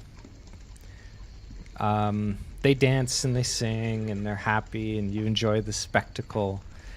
You're not able to determine if they're being suspicious other than you get the general sense that, as with gypsies, which I guess is, we're not supposed to say gypsy these days, but with those people, there's a little... Yeah, those people. That makes it better. I know though, John, but what am I supposed to do? But anyways, you get the sense that something's a little... but Okay, nothing stands out to you. I would like to take the drink that was meant for Bloodshot. I would like to hand it back to Slutka or whatever, the dad. Yeah. Here? And I would like Stanimir. to pressure Stanimir, and I would like him to share the honorary first drink, as is the way of my people. As is the way of your people. Okay. Give me... Let me see here. This is going to be a deception check for you. To see if you can deceive him. What if I'm trying to intimidate him into doing it? Okay. Come into his camp and you're gonna Well, start off intimidating him. intimidating him is different than saying this Okay, is okay, my yeah, fair people's tradition. Fair enough. Okay, I will do a deception. A 10. Okay. So It could have been intimidation. you hand it to him, and he looks at you, and he can see that you are disconcerted by this, that you think something is a little suspicious. And he says, "If it is for your people, I will do it." And drinks it, no problem. And they pour another, and they give it to you. And so you guys all sit down, you have your food there. And all doubt of whether or not things are poisoned kind of slips to the wayside. Okay. So you eat and drink, and a feeling of satisfaction and contentment lifts your spirits. Like it's just another part of the party. You know, this is the after party. Ratka comes back once everybody has consumed the food and takes away the empty plate and asks if she wants some more, but everyone is full. Unless, does anybody want any more? No, that's enough for me. I mean, Yeah, just a little bit. Okay. finish this wine. Can I have another wine? So, You mentioned wines. but of course, the wine is perfection. It's our special recipe. So he gives you more wine. Stop saying it like that. All right, I'm gonna need about 5 minutes. I need to go take a leak. But you guys keep going. If any choices come to Legolas, he would like another drink. That's basically I didn't get a vision. I don't have any reason to be here besides I'm drunk and I'm following you guys at this point. So go with that logic. We'll be fine. Okay. So, John, just sit tight for 1 sec. Hold on. Sit tight for 10 seconds because there's a point where you can walk away here, but you should hear this. Okay. So, after a while of this, things quiet down a bit, and Stanimir stands and looks around at the fire. So everybody's seated at the fire. The Vistani go quiet when this happens. And Stanimir says, 5 guests we have tonight. 5 guests from different lands with different experiences, and 5 guests who I am sure have songs to sing, stories to tell, which are new to all of us. Before we turn in for the night, I would ask our guests to honor us with a song, a tale of small performance. It could be short, long. Tell us a tale, perform a trick, or tell a joke. It is the Vistani way. Please. And so I'm going to go around here. But John, this is the time where you can hop out. You're going to miss a few of your colleagues' performances, if you will. All right, I'll be right back. So Yeah. So the Vistani are very culture heavy, very tradition heavy, and they're asking you now to share a little bit as the drum plays on here.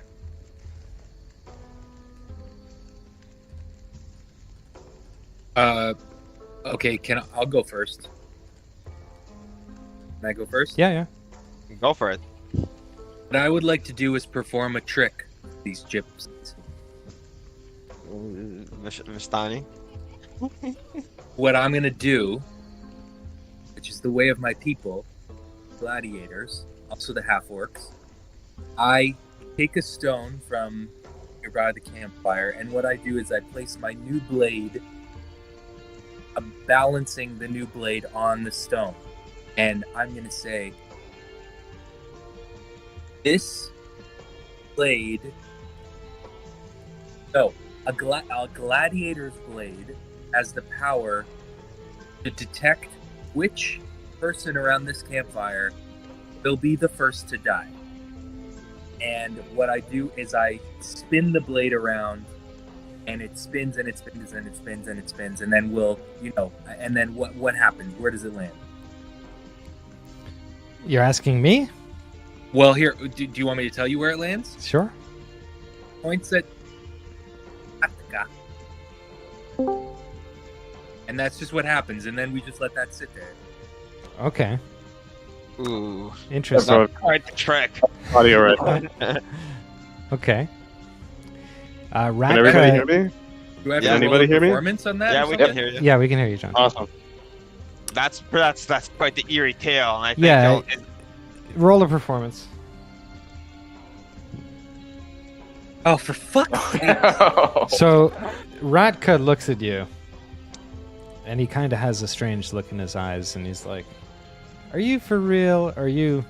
But it doesn't frighten him. It doesn't make him concerned at all. And everybody else is just interesting, and they're thankful for being told the story, but they don't know what to make of it. You seem just a little silly, just like at the bar. God damn it! I can follow this up in the same tune. Hopefully, All right. see if we can find a matching theme here. I'll tell you guys a tale, and can I cast my my spell? I want to cast Natural Illusionist to make it really dark and spooky around the fire. Sure. Do I need to do Nice. anything, or can I just cast it? Is it an actual spell? It's a cantrip. It's a cantrip. You could just cast it. No, cast it. Boom. So it's dark. It turns really dark. I make everything red because it's an illusion. I kind of control it. Long time ago, some 40 odd years to be more precise. A tribe attacked my village of the forest gnomes. We're quite elusive, so this village, they're bad because we were just minding our own business. And, thankfully I was out with Grandma. We were out walking to the other village for trade. And when we came back, our entire village was on fire and in flame. Everyone was slaughtered, ripped piece to piece. No sight of the murderers everywhere. And so, I did the only thing responsible, and I helped Grandma find a place to stay. And I went off to try and find some money to take care of Grandma because she's my only family left. She's too old and frail to do anything. Along my travels, I was trained to be an assassin. I was, I had no family except for Grandma. And during my assassin days, I found a thirst for blood. And, there's like a whole thing about it. I really don't want to get into it, but when I get the taste for battle, not much can stop me. Now, due to my insatiable bloodlust, they kicked me out. And so for the last couple of years, I was just a mercenary, traveling back and forth, trying to make ends meet to send money home to Grandma, regardless of whether I have to kill, murder, or steal. And, I was just happy on my way trying to take care of my family when I got this vision. That's really what brought me over to here. But that's kind of the tale of the Bloodshot gnome, as far as it's known so far. And I lift off the lights, and it's nice and happy all of a sudden, and everything is just like nice fire. Yeah. So Stanimir gives you a sort of nod, like an approving nod. Very interesting.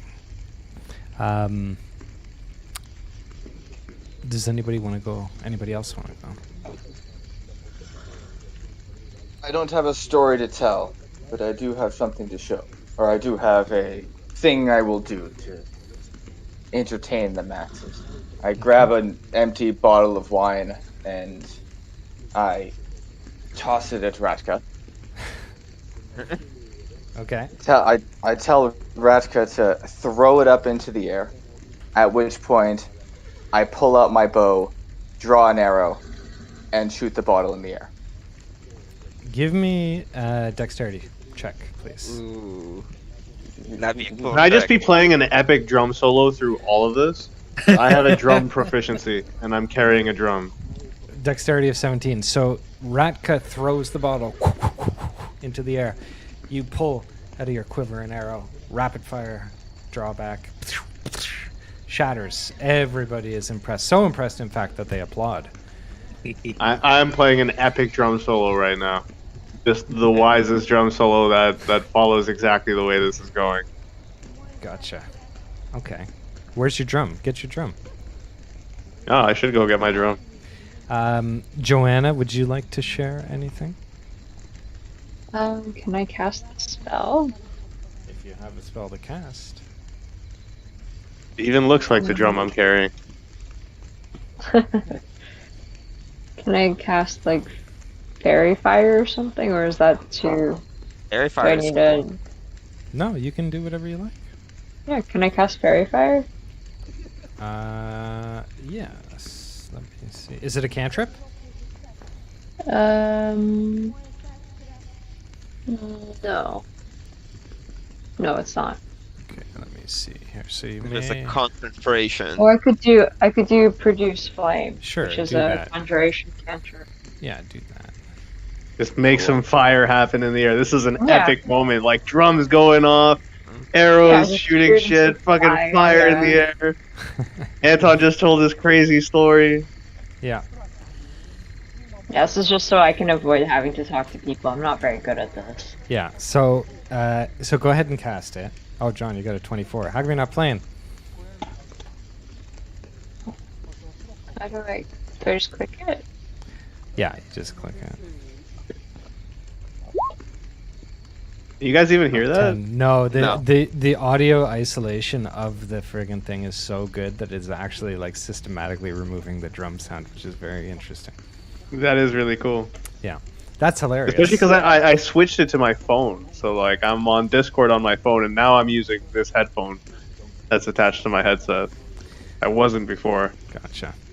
So, Joanna, you cast Produce Flame, and a flame appears in your hand, and it sort of dances there back and forth, and it's a bright 10-foot bright flame. So everybody is quite enamored by it, and it is, probably even brighter than the fire that is going. And so it kind of illuminates the area surrounding the campfire for the brief moment that it is going there. Who wants to roll a perception to see if, like, is any of you guys looking for a particular guy in that moment? Anyone? No? Anybody? There's nobody Yeah. really hidden, though. There's nobody really hidden, I would say. Like, aren't you guys? I didn't have the dream, but aren't you guys looking for a particular dude? I mean, like, this seems like the place to find them. I believe in the call of destiny will take care of everything in time. So, Okay.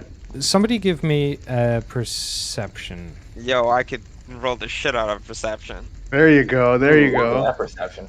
Could you perceive? Yeah. I perceive belief. Okay, so both of you got a high perception there, all three. So, every Aw.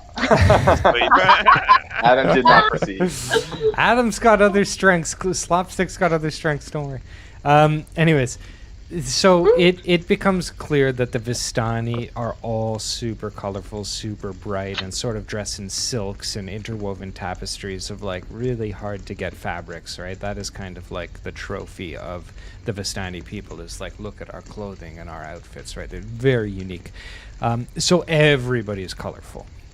But one thing that stands out is that Stanimir does not have a neck scarf. So every member of the Vistani has a neck scarf except for Stanimir. And everybody's neck scarf in this particular, all the Vistani members in this particular tribe are blue neck scarves. Can I just say, I'd like to kind of stand up and be like, Stanimir, there's one person who hasn't performed yet. And then I nudge Strong in the arm, and I'm like, I think it's time for a chant. And I start chanting, Stanimir, Stanimir. Anyone? Yeah, everybody else starts chanting as well. That's fine. Yeah. So Stanimir looks at this and kind of does like the hands thing, like, okay, quiet. And he's laughing heartily. The children that are gathered around have stopped sort of playing a while ago. They're kind of sitting, and they're just about ready to head off to bed. It's even later. It's probably around 2 a.m. now. Ratka is sitting next to his father and assembling a small sort of instrument. And Demia, who is his daughter, is doing the same on the other side of him. So Stanimir is kind of in the middle. And he stands and looks around at all the people of the fire. You notice that there's a sort of creeping mist that has kind of come around this campfire.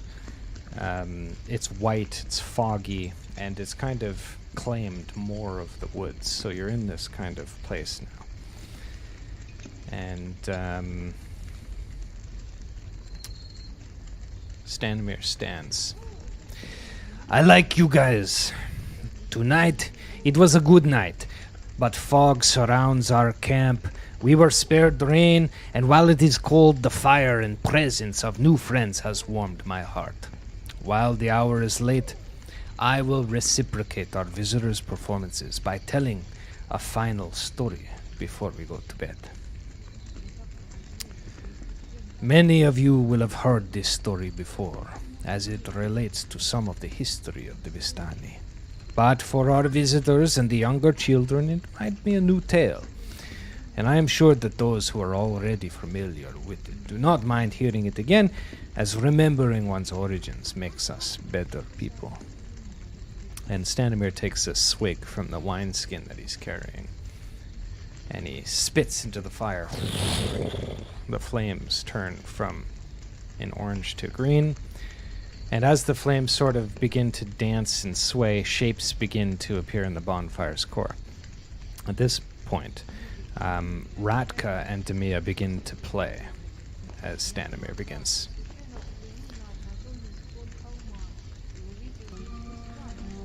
In a land far away from here, there lived a king. Courageous, strong, intelligent. However, he was quick to anger, he was cruel, and he had a heart full of greed. The king had set his eyes on nearby land. The land had no clear ruler, but a large city was set in the middle of the land, which was reigned over by a burgomaster. The king sent an emissary to the burgomaster, asking him to join the city to the king's empire. And in return, the king would make the city the capital of his land, protect it, and have it as a bastion of splendor for the kingdom. But the burgomaster sent his answer. He had no desire to be ruled by a king, and the city was not afraid to defend itself against any danger that would face it. The king was furious. He would take it regardless. He marched forces to the city and laid siege to it, but the burgomaster had spoken the truth. The city was defended. But a bloody battle ensued. Seated on his pitch-black horse, the imposing figure of the king inspired his troops, fighting at the front line. It seemed like victory was inevitable. But then, the unthinkable happened. A lance struck the king from his horse, and bleeding heavily, he fell down into the mud. The soldiers, seeing their king taken down, lost their fervor and fled. In an instant, the fight was lost. But this was not his end. Despite being heavily wounded, he crawled away from the battle, knowing that he would not have long, but he dragged himself deeper into the woods until he came upon a path. And along the path, a man approached. The man was an elf. The king raised one hand to the elf, desperately asking for help, but the elf just bowed over, taking the king's jeweled dagger and jeweled sword and walking off. The king wanted to curse the elf 1,000 times over, but out of fear of his enemies hearing him, he crawled deeper into the woods. The king found himself in an open space where there was an encampment of Vistani, much like this one. The Vistani did not hesitate for a moment and helped the man. They nursed his terrible injury and quenched his thirst, and in the weeks to follow, gave him refuge and travel with the Vistani. He wanted to return home, and return home he did. Their assassins fell upon us like wolves, but we bore him safely to his home. When we arrived, he gave one last turn and thanked us. He said, "I was your honored guest in my time of need. From now on, the Vistani may travel my land, leave when they want, return when they desire. Whenever the Vistani are in my land, I will consider them my honored guests, falling under my protection." So, The figure dancing in the fire disperses in smoke and embers. Let me give you this too over here.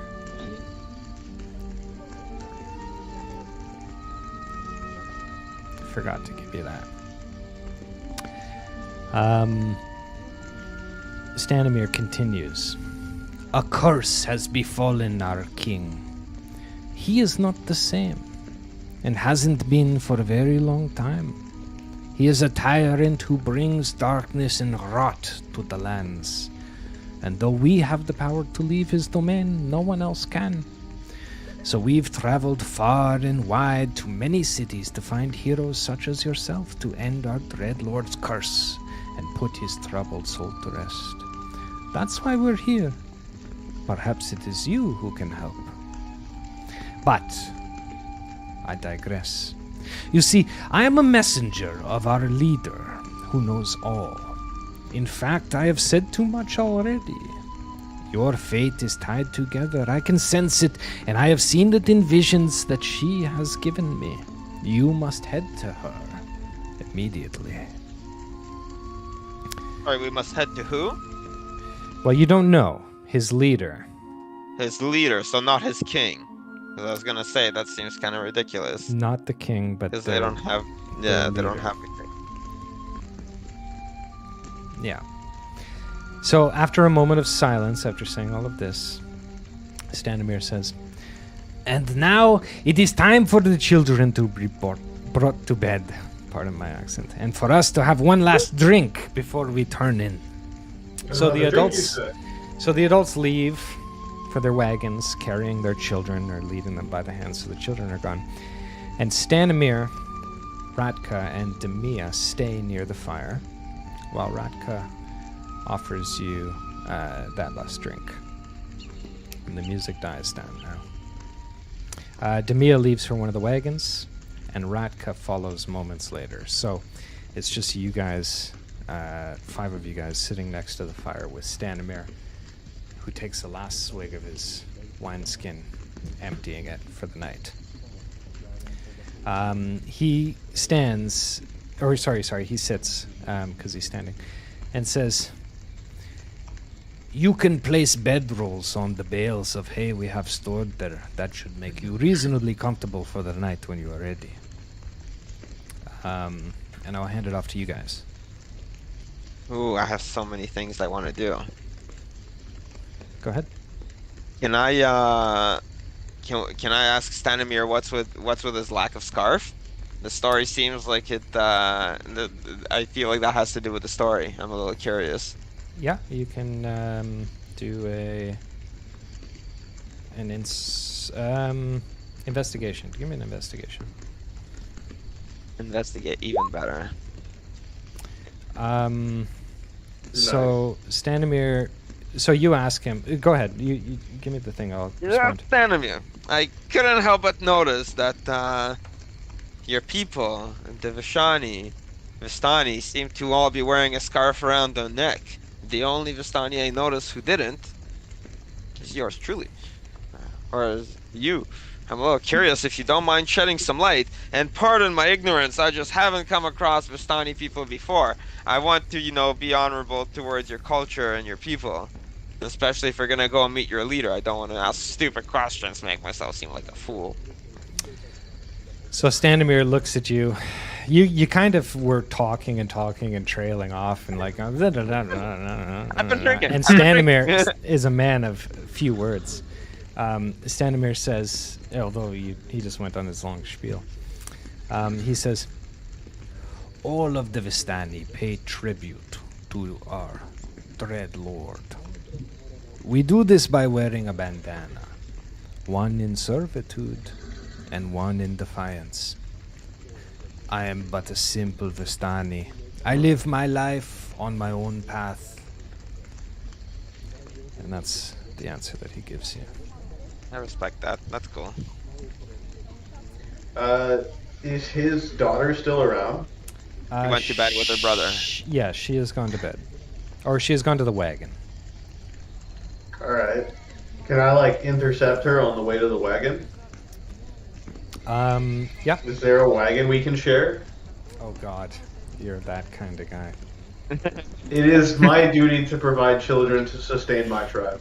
I am gonna say And that. like I said, I didn't get a vision. I am here for no reason, really.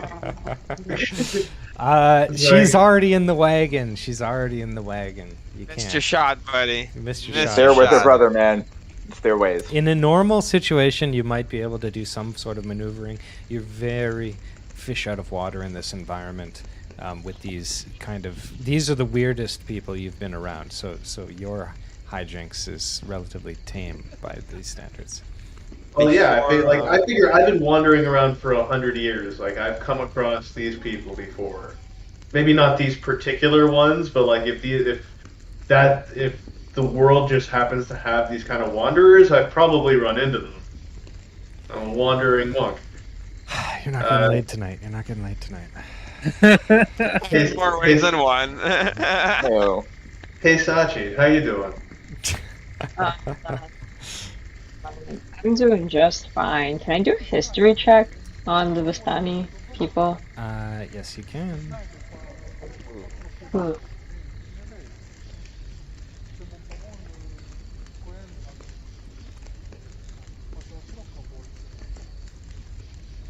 Did not work. I didn't see it. Did you do it?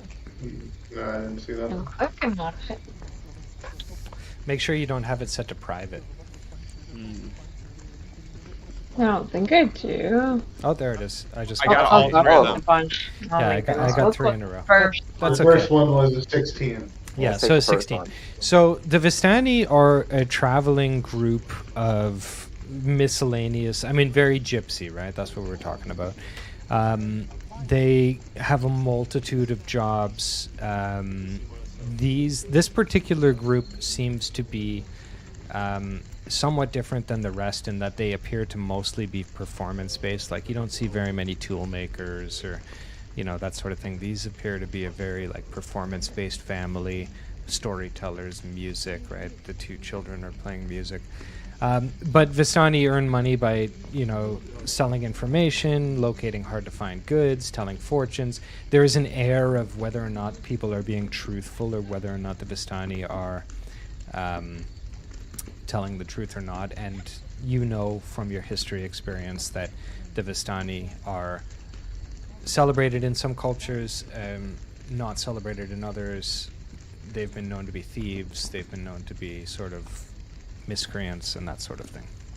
But you can't discern whether or not these are a good or bad band. It's still too new. Okay. Then I pull out a book and I just ignore Legolas. Copy that. In that case, I have. Put your mic down, You Berton. move- Turn your mic, Move your Anton. mic. Sorry. I'd like to try and make a deal with Stanimir. Okay. Stanimir, it seems like you're looking for a group of adventurers to help you out on a quest, if you will. Something about a king, something putting him out of misery, something lots of wealth, if I do recall correctly. Okay, hold on. Are we already on a quest to get rid of these guys? No, Yeah, but we weren't going to get paid for that. Yeah, so well, it gets favored. I'm actually disappointed we haven't tried to murder any of them so far. Oh, these are good. They gave us food and wine.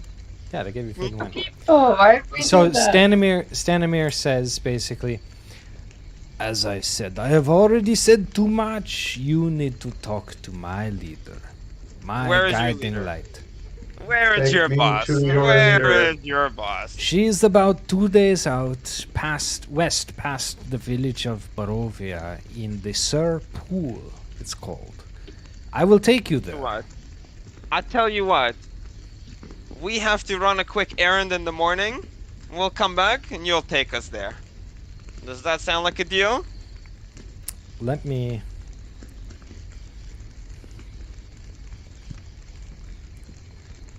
Hold on. I'm 100% down to deal with this problem for you. I have to do something real quick in the morning before we leave out of here. Okay. Stanimir looks at you and says, whatever you wish. So, the woods are. Do you guys want to discuss this between yourselves before? Yeah, what are we doing? Yeah, what would Guys, you so like to here's do? what we do. We crash here. They gave us food and booze. We can trust them. In the morning, we'll go to this castle here, the castle right here, where that stupid soldier was. What was it? So whatever. Denzel? Yeah, we let the mayor of the town know that we dealt with their problem, and the Vastani are leaving. We gained their favor, and then we dip with these guys, and that's it. Like we might be able to sucker some coin, and then like we'll have a quest, and we'll have finished the training quest. You always gotta check your quests in, guys. The rewards. There might be something nice to steal. Get paid. Yo, I'm all about things just happening. If we're going this way now, I'm down. Like I'll do whatever the fuck. I'm already wasted and apparently not getting lucky tonight. I'm down to keep looking. I'm in a gypsy camp. If we're hanging out and everybody's wasted, I'm gonna try and repopulate. Okay, so don't try to rape a gypsy. Basically, if there's anything more, Not that rape. you I'm just gonna keep trying to I guess this is a persuasion check every time. Yeah, basically at this point, it's kind of like if there's anything more you guys want to do, you can do it before you go to bed for the night. Standomir's still here. It's about 3:30. It's late. Yeah, so Standomir's still here, but otherwise, I will continue the events tomorrow. It's just a question if you guys want to inquire about anything or do anything, but otherwise, everyone's exhausted. The question is, do we want to keep watch? Do we trust these people? If somebody wants to roll on it, they can make a decision about that.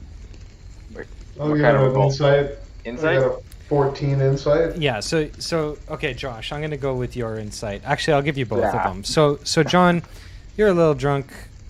You can tell, though, that you got a good feeling about these people. You're not so worried about it. Josh, as for your insight, the forest seems a little bit particularly strange tonight. The fog is kind of creeping in. You know, you're no stranger to the fog, but you haven't mentioned it to anyone else yet. But it's nothing really of concern. So you know, though you're in a strange place, it's probably fine to sleep for the evening. If I have no reason to be concerned, then I grab a bedroll and I pull out I go just outside the camp into the forest and fall asleep. Okay. Copy that. I think Josh is going to sleep and he's the stealthy one. I suppose there's nothing left to do. And I will crawl under one of these wagons because, again, I am not the largest person. And I just get cozy under there. Hey Sachi, you want to share a bedroll? I think I'm just gonna stay up all night reading this book. It's pretty good. He rolls a 2 persuasion. My God. Ain't happening. Not happening. Ain't happening. Okay, so I think at this point it is fair to say that you guys are going to go to bed for the night. And basically the fire dies down and you guys kind of have like a nice hearty sleep, aided by alcohol. Of course. Of course. Sorry I have to be that guy, everybody, but that is what happened. Until it gets in trouble. You're not sorry. No, you're not sorry. This is fun. Okay.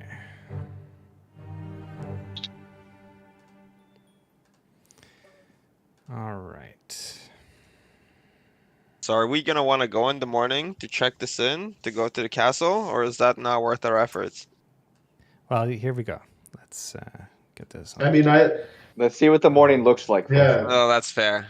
Yeah, John thinks it'd be cool to do that, but So, yeah. morning comes around, and with it, a thick fog from the night before seems to permeate and penetrate. There is a great sense of isolation.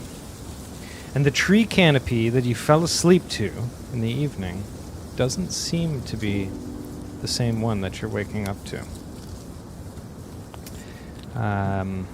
The Vistani have all packed up and made haste. There's only one carriage remains. And you guys all wake up and kind of pop out of the tent and clean up your bedrolls. And you notice that alone in the woods with this one carriage, Stanimir sits on the Stanimir sits on the carriage smoking a pipe. But otherwise, everyone is gone and everything is peaceful. Stanimir says, "It's time we head out on our way. We will head west to the gates of Barovia by carriage. Then we will follow the old Svalich road to the village of Barovia. I have business there. Then we will rest, and then I will take you to Madame Eva, my leader.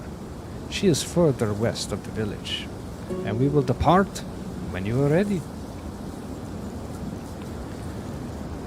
And I'll hand it over to you guys.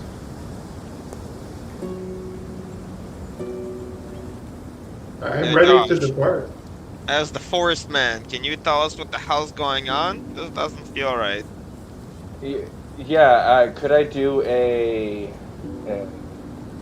Nature check? I guess it would be a nature check in the world of hunting? Yep. Hope for the best.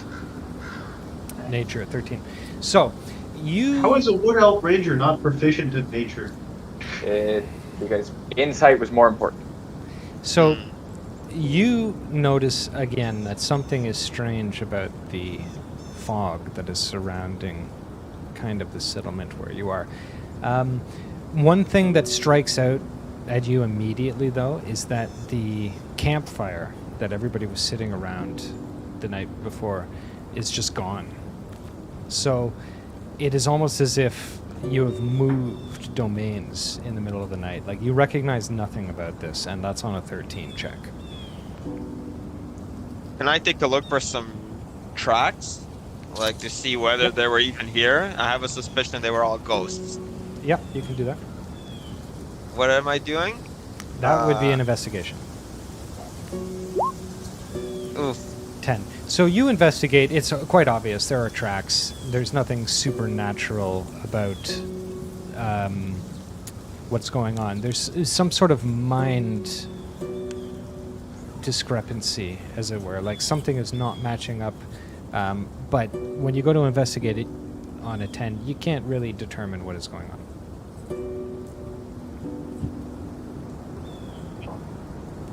I guess might as well hit the dusty road. When we came to the camp last night, how far away was it from the town? It was probably like a 10-minute walk through the woods. Okay. Not on a path. On a path, all right. But it was through the woods. Mm-hmm. All right, so we wouldn't be able to see the town anyways. Fair. You would, because Daggerford is quite large. You have you can't see anything. The fog is We're almost somewhere suffocating. completely else. Fog's too dense. Okay. Yeah. That's crazy. That's a crib. Okay, so are you guys? Before we pack up to go, can I do a survival check for anything, berries, anything useful around us that we can take for the trip? Yep. Oh.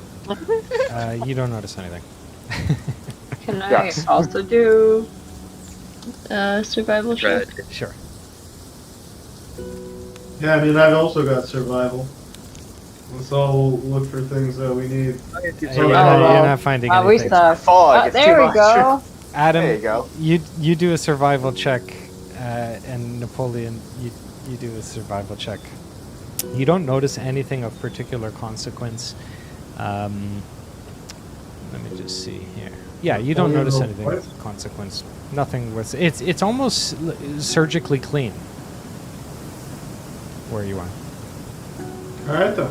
I guess let's Well, go. with great trepidation, we proceed. Okay, Can't so- go backwards, gotta move forwards. Yeah.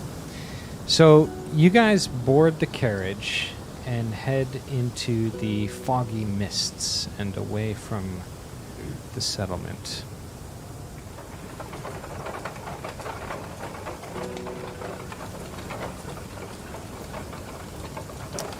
Black pools of water are scattered like dark mirrors on the muddy roadway, and giant leafless trees loom on both sides of the road, their branches clawing at the sky, at the mist.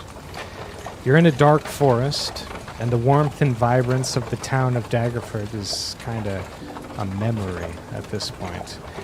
This is a bleak, almost colorless place. Now, as players, if you will zoom out and scroll to the right, or look at the right, you will see a small thing that you can zoom in, and you can right-click to move and drag. You will see a blue icon. Does everybody see that? Yeah. So you can zoom right up on in there. I'm going to move us on the overworld, so you won't have to do much. But basically, this is the overworld with our sightline. So you are moving now through the mist.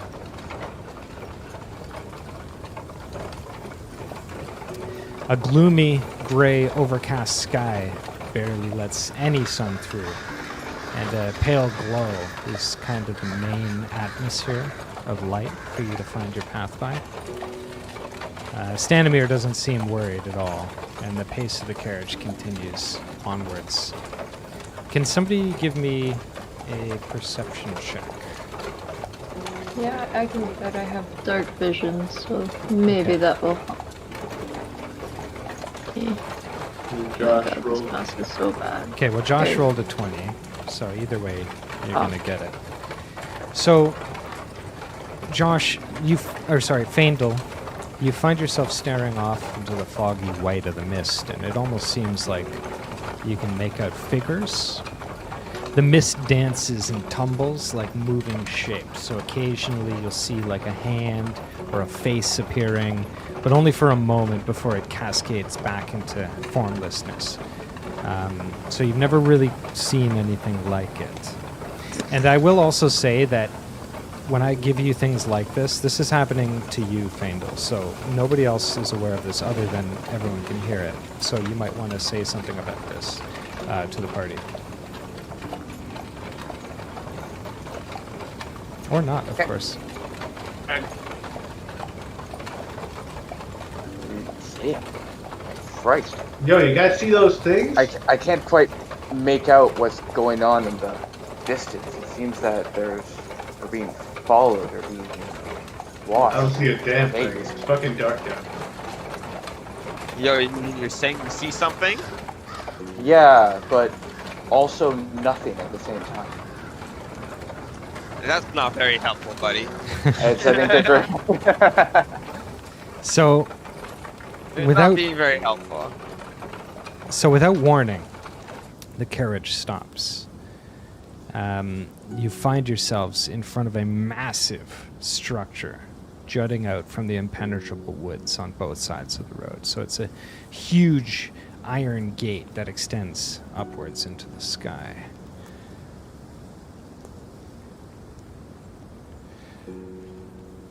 Two headless statues of armed guardians stand at the gate, and their heads are now lying among the weeds at their feet. They greet you only with silence. Stanimir can be heard saying, "These are the gates of Barovia, the entryway to my home."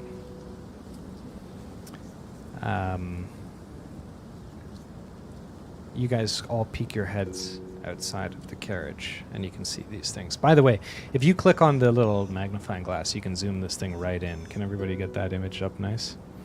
Oh, yeah. Yeah.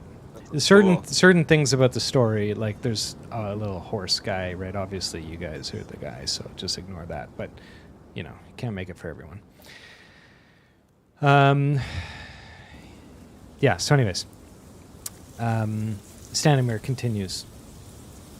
"Listen, the land of Barovia is very dangerous. A deathly stillness hangs over this place. By now you've seen the mist, yes? There is more to the mist than you know. And by the will of our dread lord, the sun never fully shines in the lands of Barovia. You must be on guard. Stanimir takes a second of reflection as you all look up at these gates. I like you folks. Last night we had good times, and that is sacred in my culture. I'd like to give you a gift. Graciously accept anything you have to offer, Stanimir. You've been a good dude so far.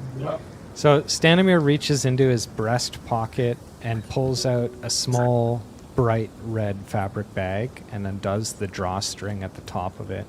And he kind of flips it over, and 5 cigars fall out, small cigars. These are Vistani cigars, my special recipe. Never leave to fate, or never leave fate to the roll of the dice. Should you find yourselves in the pickle, maybe these will help. So Stanimir gives these cigars to each of you. One moment.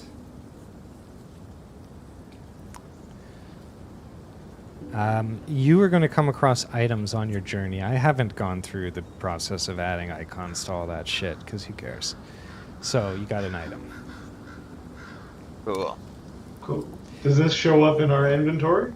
It doesn't. This is the thing. There's like API calls that I can do to put it in the inventory and like all that kind of stuff. I think I haven't done that. So as it stands, it is just in your little. You can see it there, right, on your journal. Mm-hmm. So when you use the item, for example, I will just take it away from you. Okay. Oh, Okay. Yeah, it's a learning process. Oh. So Stanimir gives you each one of these gifts and mounts up, and you all kind of pop your heads back inside the carriage, and you carry on through the gates. So the gates of Barovia are these huge structures, and as you sort of get close to the gate, it kind of opens up like a huge gate, right? I don't have a sound effect for that, but just imagine that. Does anybody have some kind of check that they think they Yes. can use to determine what these cigars might be about? Oh, no, not the cigars. I mean, I could do some investigation about it. Who has anybody have Arcana? I've got Arcana. That's kind of the deal that I'm talking about, yeah. Yeah, give us an Arcana Okay. check on that. What drugs did he just give me? Before I just smoke it up. I mean, you're still gonna smoke it. So, Yeah, but it's a matter of whether you smoke it right now or not. Yeah, I gotta know when. so Sachi, you hold Around this. a long time. You hold this cigar up and you look at it. It looks like a totally normal cigar. You go to smell it, and you can smell that there's something sweet about it. It smells like. It is definitely infused with some sort of characteristic magically, but you cannot tell what it is on a 13. Anybody else have some kind of... I mean, Even a I'm history check. Bible A on it? history check would be good too. Oh, history check too. Can I give it a medicine check? Yeah, are my yeah, rolls you can do. showing up? Are you guys able to see my rolls? Yes. They're kind of highlighted on my end. Yeah, I can Sure, see yeah. that. Yeah, 16s you got. 16 on both. Okay, so Yeah, 16s across the board. yeah, so on a 16 history check, cigars. Excuse me. Cigars by the Vistani have been known to be infused with a whole host of characteristics. Like, it is not uncommon for you to get a Vistani cigar that will imbue you with some type of characteristic. So that is very common. What type of characteristic, you're unable to determine. Though you feel like Stanimir is somewhat trustworthy, so you don't feel like it would be a bad characteristic, but you're unable to determine anything from those types of rolls. I'm not proficient at all in Arcana, but can I roll an Arcana check? You can roll it in the event that you get so high. I mean, like, I've been wondering for... You've been around. would it be an You've been Arcana? around. Like, I've been around, like I said. So would it be an Arcana to see, like, if I know what Try this it. particular cigar does? Yeah, you have no idea. You're like the dwarf that is like, hold on, everybody, hold on. I got this all figured out here, and then, but you have no idea. Nope. Yeah. All right. One time I Can we do a spoke medicine check on it? I thought you were gonna do a medicine check. Yeah. Yeah. Yeah. You got no Ah. idea. You got no idea. I could also do a medicine check. Do it. Oh, hey, that's Ooh, 20. a 25. Okay. Oh, shit. So, Okay, okay. so on a medicine check, Woo. you were able to determine that the particular. You smell some herbs in this that you have smelled before, and there is a sort of minty, almost like a eucalyptus, but like a pepperminty. Like there's something nice about that. When it comes to that kind of like effect, it is usually a hastening effect of some kind or some kind of advantage effect that you believe these cigars have. You're unable, because you're a level 1 still, to determine exactly what the spell and or effect of this may be, but it is a positive stat buff that you can determine. So it is some kind of stat buff.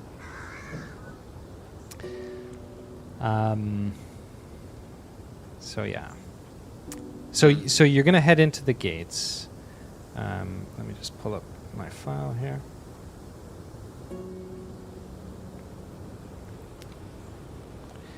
And the gates basically make that huge, and they open before you automatically. You head through, and the gates close behind you. A sort of chill wind blows over all of you as this happens, almost like a welcome gust, although there's nothing welcoming about it. Can I? So, as a dwarf, storm cutting dwarf, I can have double proficiency on a history check on stonework, like perhaps this giant gate. Yes. Can I roll to see if there is a way to prop this gate open so it doesn't lock behind us? You can roll. So this is kind of like a custom thing. We have to add 4 because it's double my proficiency bonus to whatever this roll is. Okay, so just roll it. And 8. Then, Yeah. so you have an 8 total. So Yeah. these gates are, you can determine that these gates are magically sealed. You have no inclination as to kind of the history of these because they're just typical gates, and you know that won't lead you anywhere, but they are magically sealed. You recall too, I mean, you can put 2 and 2 together, and Stanimir had said that the Vistani are the only ones who are able to leave the domain, so there's a magical thing sealing these gates.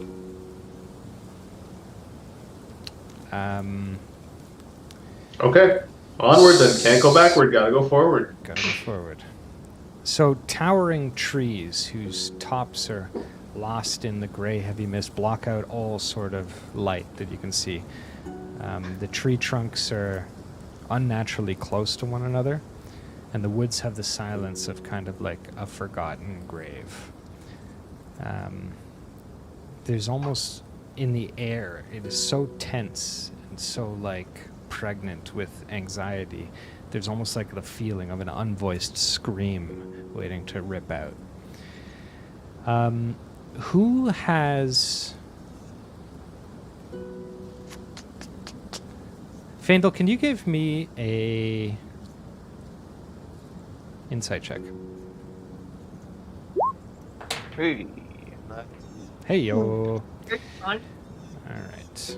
So, Faendal, you hear the caw of a raven. Ooh, I've been waiting for that. It pierces the air, and it sort of resonates with like an uncanny clarity to you. The raven sits on a branch and stares at you, almost emboldened, and burning its glance into you. What would you like to do about that? What do I know about the... You Do I have know- You Do I sort know of anything- I'll go on. You sort of feel like you're in like a moment of like I don't know if you've ever had this moment where like kind of all the sounds fade away and everything kind of is passive, and you're like locked into like a central focus. It's in that moment that you discover like a scent of something on the air.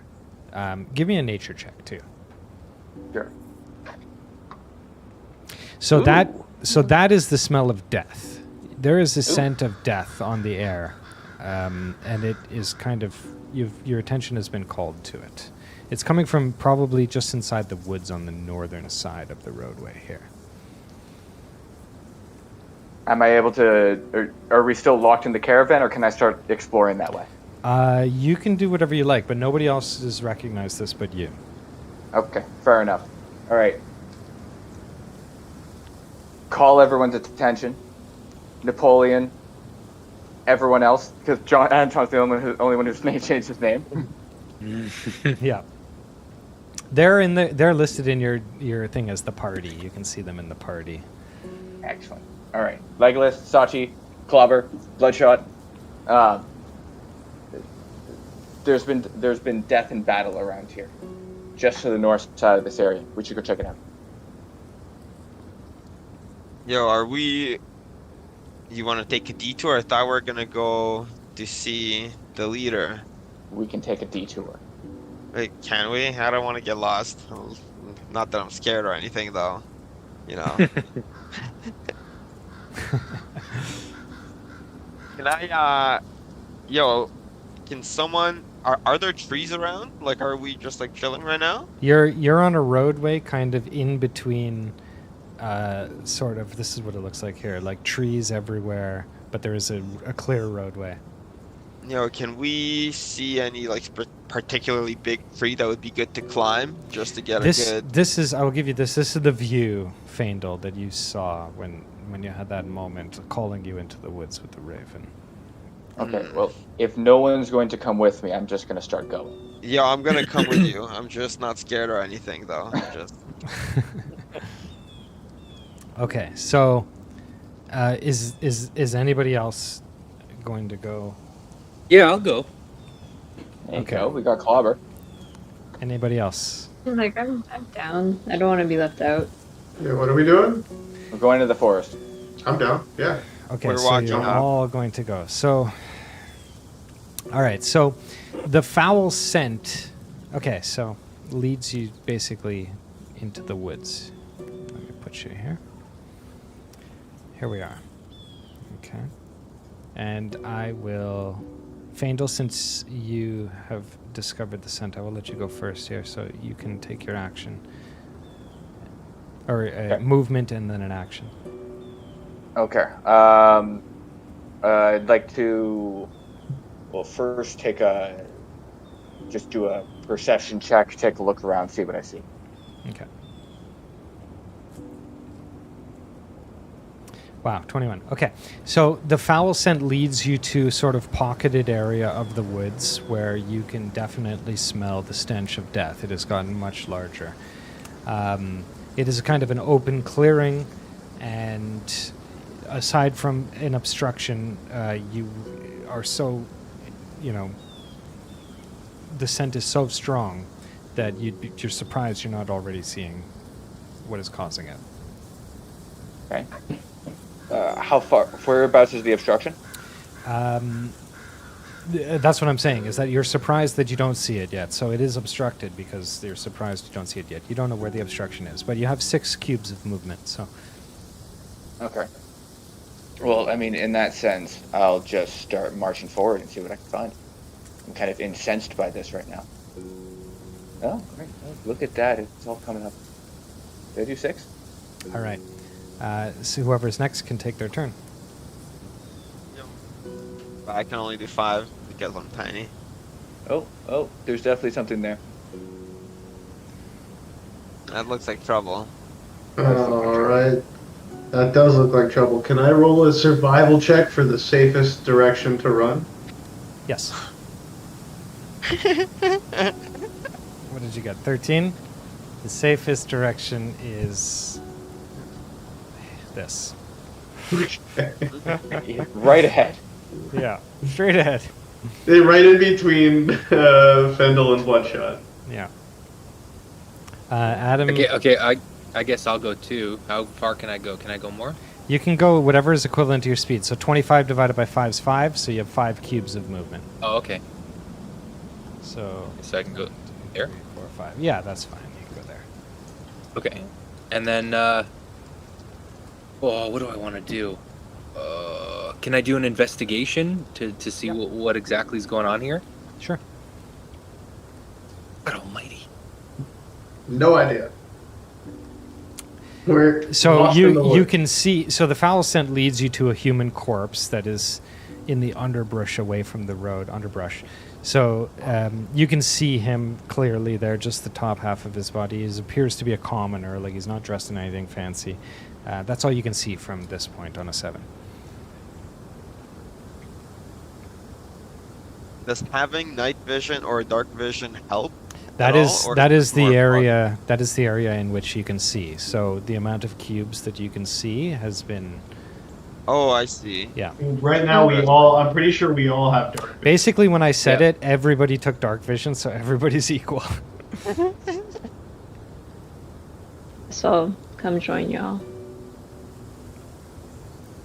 Yo, Sachi, you should use your fairy spell. You had the fairy fire. Yeah, but I think that was I have to. She has to have a short rest, I believe, in order to Well- use that again. Well, did we not have a? No, I used A long produce rest my while last we time. You used Oh, the Oh, you did. She fireball did that use made. it. Yeah, yeah, she did You rest. used Yeah. the fireball that gave us the light. Will the fairy fire also give us a light? Because it seems like it's just a little dark. If we had a little bit of light. Each object Right. in it. So fairy fire is a 20-foot cube. So she already has more than that with dark vision. But that's okay. I mean, you guys see the body. So, Yeah, we're only another Yeah. turn away from there. yeah. Yeah. Faendal, it's you again. Okay, I'll continue to march forward. That'd be 7 there. 1, 2, 3, 4, 5, 6. Hmm. And I'm still too far away to interact. You can do, yeah, unless you have like an action surge, it'll be on your next turn. But you can do an action of perception or any kind of thing that you might want to do. Yeah, I mean, at this, I guess for this. Okay, can I do I'll do a check to see whether or not there's a perception check to see if anyone's like other than the dead body is around. Oops. You don't notice anything around, but you can sense from the body and even from the odor that this body has been dead for probably at least a day. No. Who's next? Anybody at these points. With combat, there's no initiative, so each person gets a turn, but they don't need to be in order. Or No, with I will- whatever this is, not combat. I will start making my way towards that body, and I'd like to take a quick perception to see if it looks like he has anything in his pockets that might be worth picking, or anything in general. Okay. Oh, investigation or perception? Investigation. You see that he is clutching something in his hand. It appears to be a piece of paper, but you're too far to get it. Ooh. Hey guys, can someone check that out? This guy's got something in his hand. I'll be I'm either on my probably next still turn. too far to see it too. Yeah, But you walking you the can place, I always need a just hard take rest. movement turns to get there, and just if there's there. nothing you want to do. In that case, I'm just gonna come over here and can I try to take it out of this guy's hand, or is it like rigor mortis closed? And it's just like clutched in there. No, you can take it out of his hand. Yo, can we take that shit out of there? Let's fucking pick his pockets too while we're at it. Okay, so I'm just gonna hang out back here, try and pretend like I'm tough next to Sachi, but just, yeah. keep her. We- Yeah, so we my might village up and decide to go disappeared. for her medicine. Okay, so Faendal and Bloodshot arrive at the corpse. The foul scent is like super pungent. They see that his clothes are torn and they're like raked with claw marks. Okay, so crows have been at the body, even ravens, little maggots are starting to kind of form. So, you know, it's been about a day or two. And around the body, you see paw prints. Now, the man's got a crumpled envelope in one hand, and Bloodshot goes to pick it up. And Bloodshot, the piece of paper is folded over, and it's got a wax seal that's basically stamped onto it, and has a large B. The paper itself is worn and flimsy. What would you like to do? I'm gonna open the shit out of this letter. I'm gonna use my knife. I'm just gonna quickly just like almost not even like hopefully not damage any of this wax and just like read this paper quickly. Okay. It looks important. Bloodshot, you open the letter, and you can read it for the group, or we can all take a moment to read it. Or if you want, I can read it in the voice actor voice. I don't know. I mean, Yep. I want voice actor if you're voice. volunteering voice actor voice, 100% that. Oh, gosh. No. You volunteered. I'll just read it. You did. So, hail thee of might and valor. I, the burgomaster of Barovia, send you honor with despair. My adopted daughter, the fair Irina Koliana, has been these past nights bitten by a vampire. For over 400 years, this creature has drained the lifeblood of my people. Now, my dear Irina languishes and dies from an unholy wound caused by this vile beast. He has become too powerful to conquer. So I say to you, give us up for dead and encircle this land with the symbols of good. Let holy men call upon their power that the devil may be contained within the walls of weeping Barovia. Leave our sorrows to our graves and save the world from this evil fate of ours. There is much wealth entrapped in this community. Return for your reward after we are all departed for a better life. Kolyan Indirovich, Burgomaster.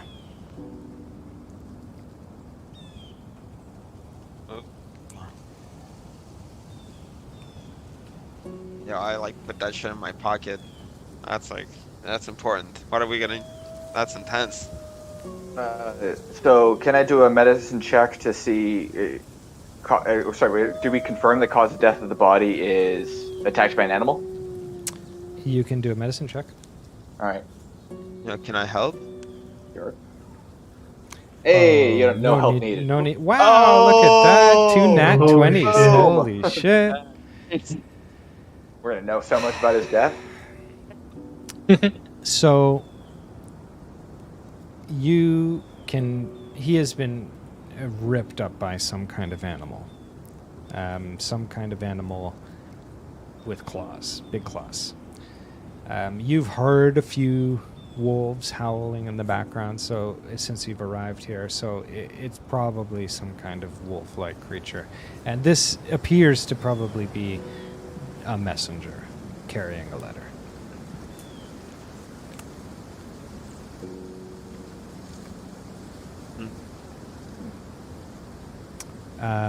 What would you like to do? Do you guys think we should show the letter to our guide, our friend? He seems trustworthy enough. Yeah. Do we want to go explore this little cave here and see if we can avenge this guy's death? Yep, Yeah, let's that's go. what I do. Right? Like that's the honorable thing. Yep.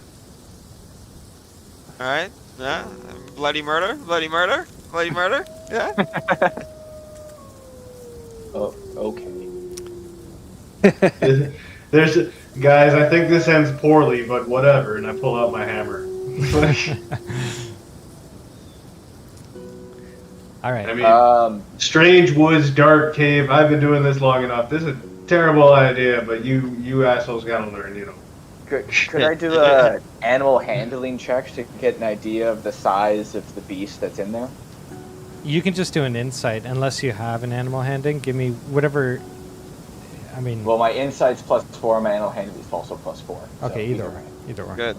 Let's do animal handling because we haven't done it yet. Hey! Hey. Dirty 20. These are big animals.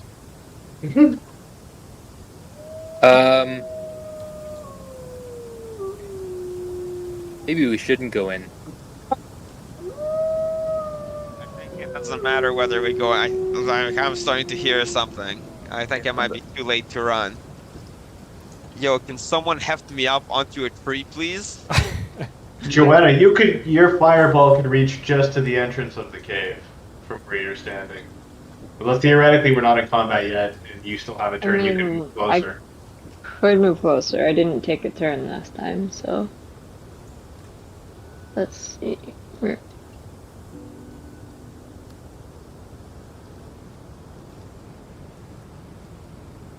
Okay, I guess I'll cast a fireball. To the cave? Yeah, why not? Can I could cast light. Can we Heard move that away flame? from the cave before that happens? Can you what? Sorry? Can we move away from produce the cave flame, before sorry. that happens? Hold on. Did you? Sorry, I haven't done Sachi, anything you haven't done anything yet. Did you say? No, I just moved forward. Yeah, and you're gonna cast a fireball. You said Produce flame, flame. it would be. produce flame. Okay. So Oh no, sorry. It only So you could get 30 feet in front of yourself. So roll your flame Reduce if that's what you flame. want to do.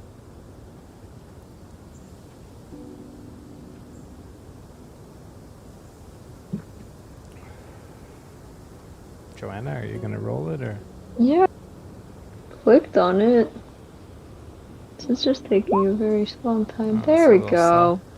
Oh my goodness. Yeah. 18. That's pretty good. So what I'm going to do is I'm actually going to bump you up, Joanna, much brighter. While you have this produce flame, you're going to produce a much wider circumference. And at the same time as you produce that flame, you are going to hear this. I'm gonna move right around here. So the flame and the brightness that you have produced attracts some attention. And before you guys can react, two dire wolves appear. no. Oh fuck! Okay. Oh, great. And I'm so close to thanks. And just give me one moment here. You are holding a fireball.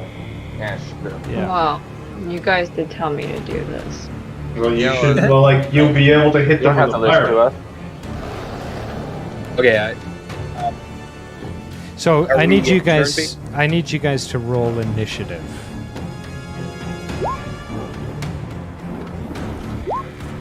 How do we roll? So press on the your initiative button. on your character sheet, yeah, there's going to be. No, I got it. I don't have.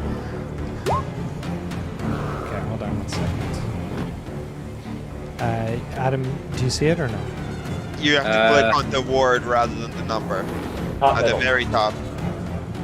Top middle. Under advantage and normal. I see. Ooh. Great. Okay, hold on. I'm going to give you guys your initiative turn. Sorry, I was doing something else. So whoever is highest is going to go first. So Faendal, Okay. you are going to be put into first initiative. Boom. Then Joanna. Is that right? No. Then John. No, bloodshot. Oh, my bad. Then Clobber. Okay, perfect. So you guys are in initiative turn order, and what I'm going to do is I'm going to also roll initiative. 16. Ha!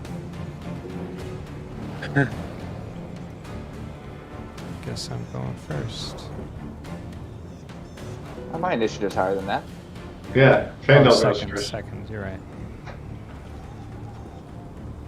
All right. We're in battle. So your attacks are going to be listed on your... Wait, what about the other dire wolf? Which... There's two dire wolves. Do they both get 16? Yes, yeah, both dire wolves are going to go the same initiative. Okay. Yeah. Um, I mean, I guess I can roll initiative twice. It's a preference. I'd rather personally roll initiative twice. So hold on, let me do it. You're the DM. You do you. you do you, man. You do them, really. You do Wolf. Oh, God boy. damn it. Good. All right. We had to be picky. You had to be picky. Okay, direwolves appear, and they're very close, so they're 1 square away, but they've got a tremendous amount of movement. So one of the direwolves comes out to see you.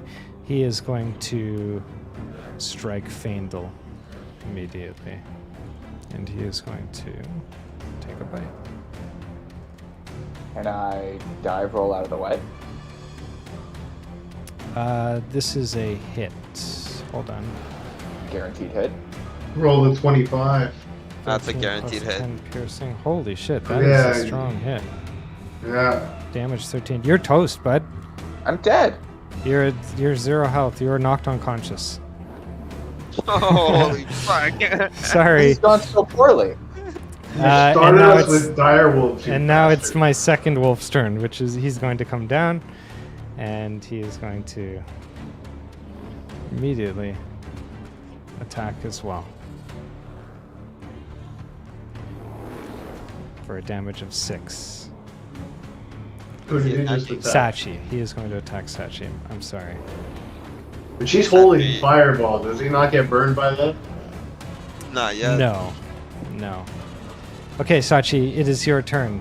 You have 4 out of 10 health already. Can I use healing word? On Josh. Yeah, please and thanks. But that's your action. You're currently being attacked by You have a wolf. movement. Yeah, you have a movement and you have an action. Okay.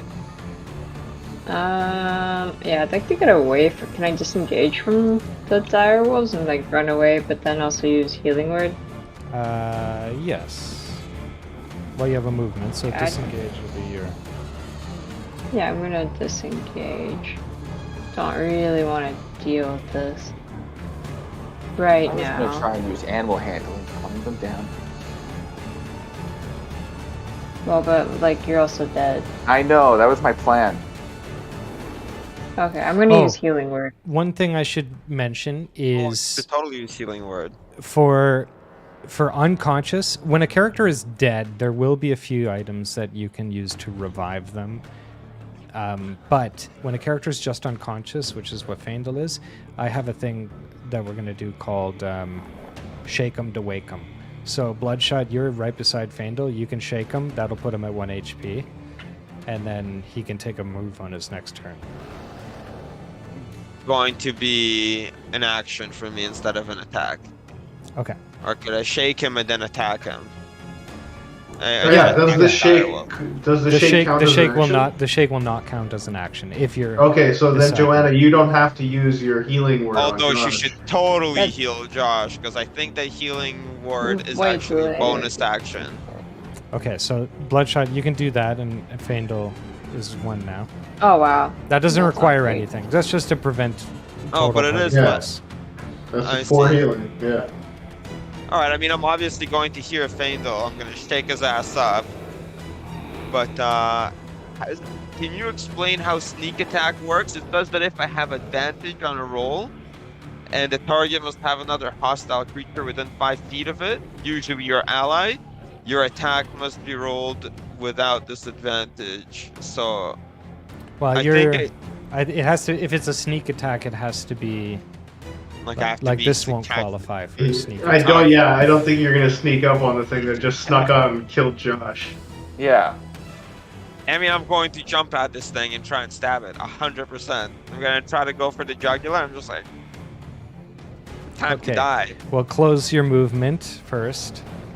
You can do a movement followed by an action followed by the rest of your movement. That is allowed. Oh, amazing. And then I'm 100% going to stab the fuck out of this thing. In the Okay. face. So, let me just see here for a moment. That is actually a miss. Oh. Sorry. But you Yes. can continue with your movement if you like. Damn, that's a shame. That's a little embarrassing. I'm just gonna run off behind Clobber here because he looks like he can handle this. I'm like, Clobber, you got this, right, buddy? Let's hope that sword works. Yeah. Yeah. All right, Legolas, you're up. All right. I told all y'all fuckers this would happen. So I'm gonna run up here and I'm going to attack with my light hammer. Okay. Is that a hit? That is a hit, and you will do 4 damage. Awesome. And then I'm gonna use my monk unarmed strike to hit him again. Okay. For an additional 4. Yep. So we will do this. Now he's back here. 1, 2, 3. Can I run back away? Does it matter? You have 4 or 5? You have 5 Or- cubes of movement. So if you've used 2, which I think you used 2, is that right? I think I've used 3. Okay, so you can use 2 more. But will he get an attack of opportunity on me if I do that? He won't get an attack of opportunity, but the wolves have much more movement than you because they're bigger and faster. So Yeah, but they I want to will be always- farther away from him than my friends are. Yeah, that's fine. Yeah, Alright. alright. It is direwolf time. Fuck, that's so much damage. Like, he has so much... They have so much health. Yeah, you need to do something about Wait, it. where's my turn? Why am I to the bottom again? Oh, did you not? Sorry. No, it's his turn right now. There you go. Oh, okay. All right. Well, I'm going to stab him and look away. Sorry, I didn't mean to do that. You should have done that Okay. before. Wait, yeah, how come I didn't get the... It should be 1d4 plus 2? How the fuck? Oh, never mind. Continue. Okay, go ahead, Clever. Okay. So I just click on Gladius. Do I click on my sword? Yeah, so you can choose which weapon you want to use. If you look at the little thing, it can kind of give you a hint as to how much damage you might do. Okay, so Gotcha. that is a hit for sure. Slashing of 12 damage, so that is going to hit. So you reach out and you basically slash right across him and hit him real good. Oops. Is that right? No, 1 second. There you go. So you smash him. Okay. Now I can sidestep a little. Yeah, you have 5 cubes of movement at 25. Okay, I just want to get slightly out of... Okay, alright, I'm getting... Okay. All right. Now we're back onto our wolf. So this wolf is pissed. It is going to chase Clobber down. That was a smashing friggin' sword. He lunges at you and bites you and does you for 8 damage. Oh, okay. Shoot. Wait, he had the 7. What's your AC? He hit with a 7? Wait. You're right, John. Hold on. You might be right. Let me just check this. What is your AC? That's a miss. That's gotta be a miss. Oh, no. That is a miss. He misses you. Thanks, John. That was a good call. I forgot about that. Yeah, that's a miss. Okay. Love it. Faendal, you are back. Okay, wait. Sachi, did you cast a healing ward on your turn? She had already taken her turn. I did. Oh, okay. So No, you I didn't actually did cast a healing cast ward? it. She did cast it. Oh, you did I cast did it? cast it. Yeah. Let's go back here. I don't know if it takes a turn for it to Well, let me see what come it was. into effect. It was a 4 healing at 60 feet. Yeah. At 60 feet. Okay. There you are. Hey, we got some health. My All right. bad. First time. No worries. Okay. Can I use a animal handling to try and calm these dire wolves down? Yes. Excellent. Do I have to move? Do I have to be immediately adjacent to them? I don't believe so. It'll say on your card. I don't have it in front of me, but if it doesn't say, then you can go for it. I don't know where I would look. So here, let me go to your character sheet here. 1 sec. So if you go to... Oh, it doesn't say. Hold on. Okay, just And- give it a roll. Okay, and just note that. It doesn't specify. Yeah, you can do it from any Okay, distance. and I was just gonna say beasts are a favorite enemy of mine. So I believe that gives me an advantage on wisdom checks, which is Put advantage on. Put the advantage toggle on. Okay, put advantage, and we'll add it. 14, worth the advantage. Okay. Oh yeah, equal. Dice don't lie. Dice don't lie. You cannot control these animals. There's there's something going on here. They're not just animals per se. These are not just wild animals. Okay. Does that count as my action for the turn? No, I won't count that as your action. That's okay. Okay. If that's the case, then can I? How many spaces do I have to be away from my longbow to still be effective? Unless it's range. What? Where do I find that information? Hold on. We will say that it is. You're within range of the upper wolf. Where my as in I'm too close to use it? 1, 2, 3. 1, 2, 3. You can hit both at this point. I can hit both? Yep. Okay. Because what I want to do is I want to pull away a bit and then shoot the one that has the lesser of the health. Like pull away to roughly That one's here. turn like it is going to be last. Everybody else is going to get a turn on that wolf, and it's probably only got about 5 damage left. That's so a fair anybody point. else can kill that wolf. Okay. I'm So still gonna pull kill the away. one that's good because that top one is going to attack next. So if for long range, if you click on the ruler, so on your browser, there's a little ruler icon underneath the magnifying glass. Yep. And you can measure the distance, leave it on centered, but you can measure the distance from yourself to the thing. I'm going to give you the ability to hit anything within your speed limit on a long range attack. Nice. And my speed is 35. Excellent. Alright, so I can hit both of those. Alright.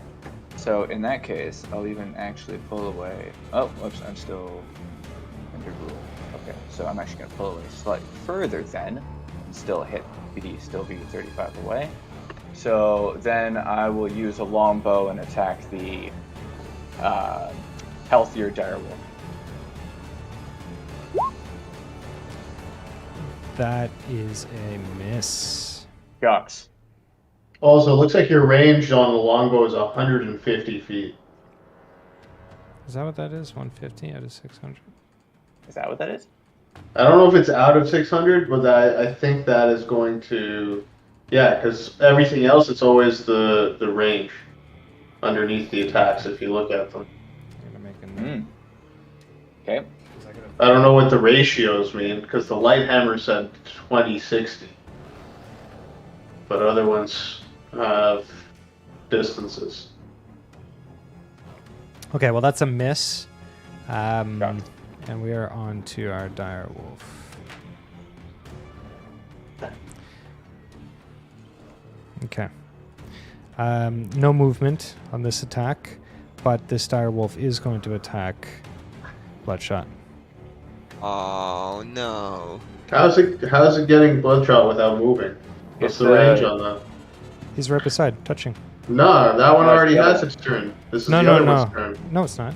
Is it? Yeah. Yeah, it is. This Yeah, one it's the attacked other one's Clobber. turn. That one attacked Clobber as the first roll, like top of the initiative. Oh, Yes. Mhm. you know what? Hold on, I'm learning something here.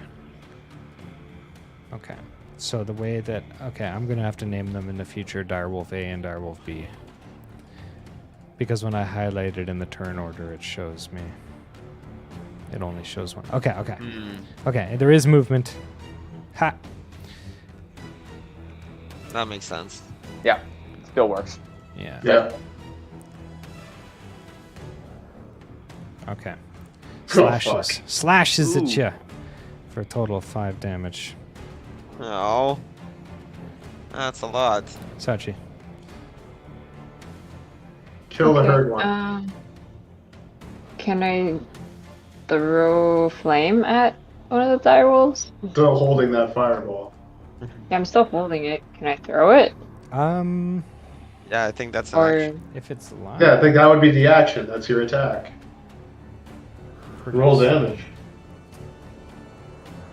Yeah, it is a ranged spell attack. So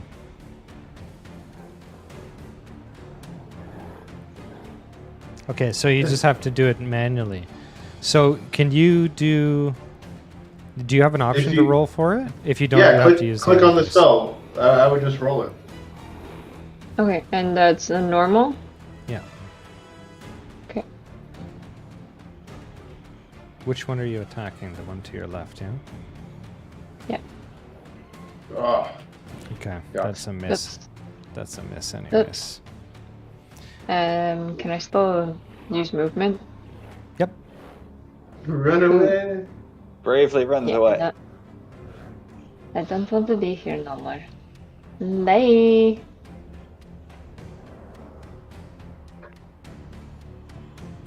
Cool.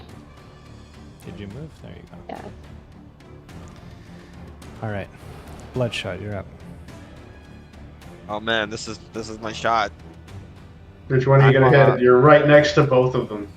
I'm going to just like have a terrifying war cry. I'm like, and I just jump at this little direwolf that's already not looking too good. And I'm just gonna hope for the best. And we're just gonna stab it with my sword. No. Ooh, 5 plus Nat 5. 20. Wow, 5 plus 5. You should have hit the other one. Yo, No, it still oh, has this health dude's left. not even dead. Are you kidding me? That is, Bullshit. he is literally on 1 He's HP. not having a good He's time. literally on 1 HP.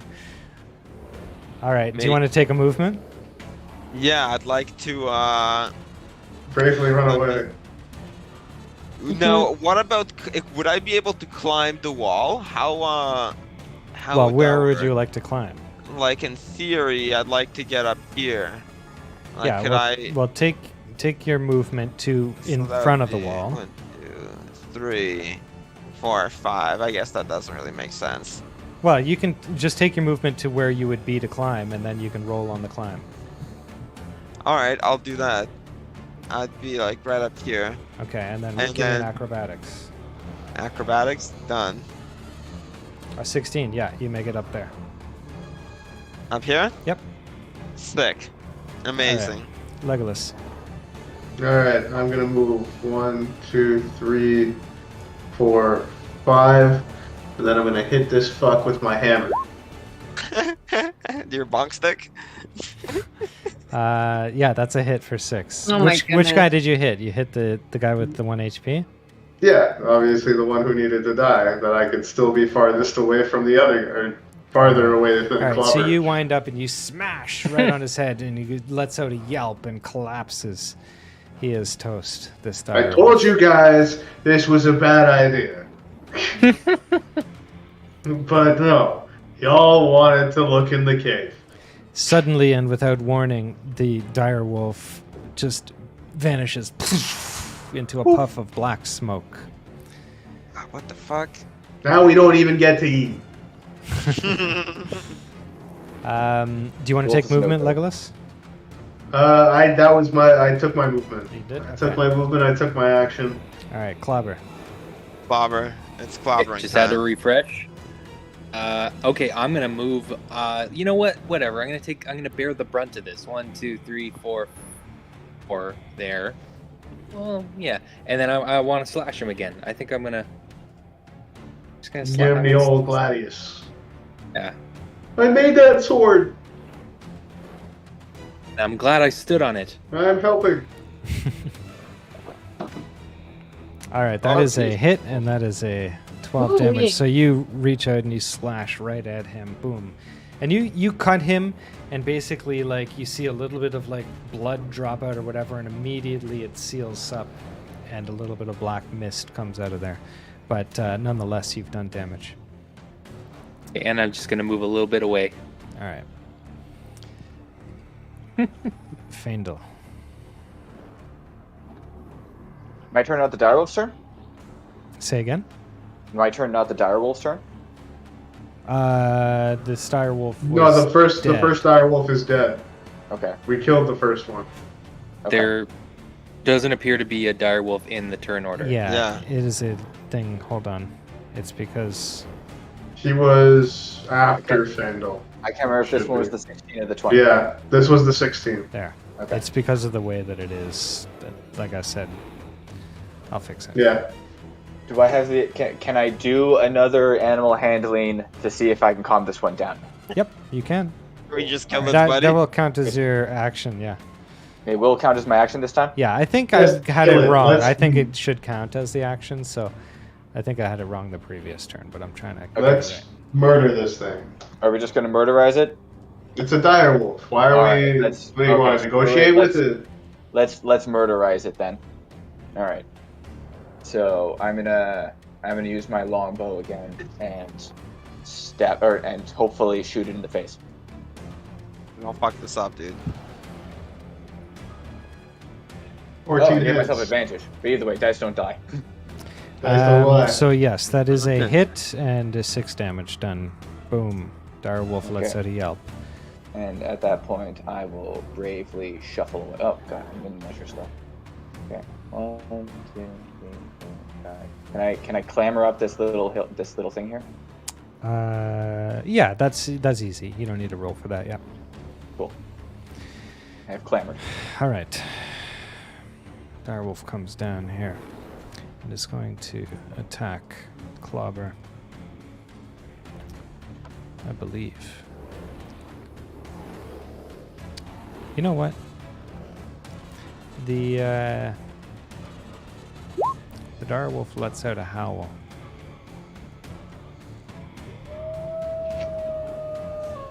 He's calling more dire wolves. It pierces That's the not air. That's not great. Oh shit. All right, Somebody Sachi. quickly punch him in the throat. Sachi, you're Recommend up. we bravely I run away. mean, Do you have any other ranged attacks you can throw from where you are? I could do Thunder Wave, but I think that does not affect everyone. Click it, like, post the thing of it. Let's see what it says. How do I do that? Oh, Okay. I'll be right back. I got a quick bathroom break. Yeah. A wave of thunderous force sweeps out from you. Each creature in a 15-foot cube originating 2d8 from thunder you. damage. 10 feet away from you. Okay. All right, let's do this. Each creature in a 15-foot cube. All right, let me do this roll. Wait, I don't know, but this wouldn't hit. You'd have to get closer to him. Yeah, I'd have to move closer. Yeah, but you didn't take your movement yet, right?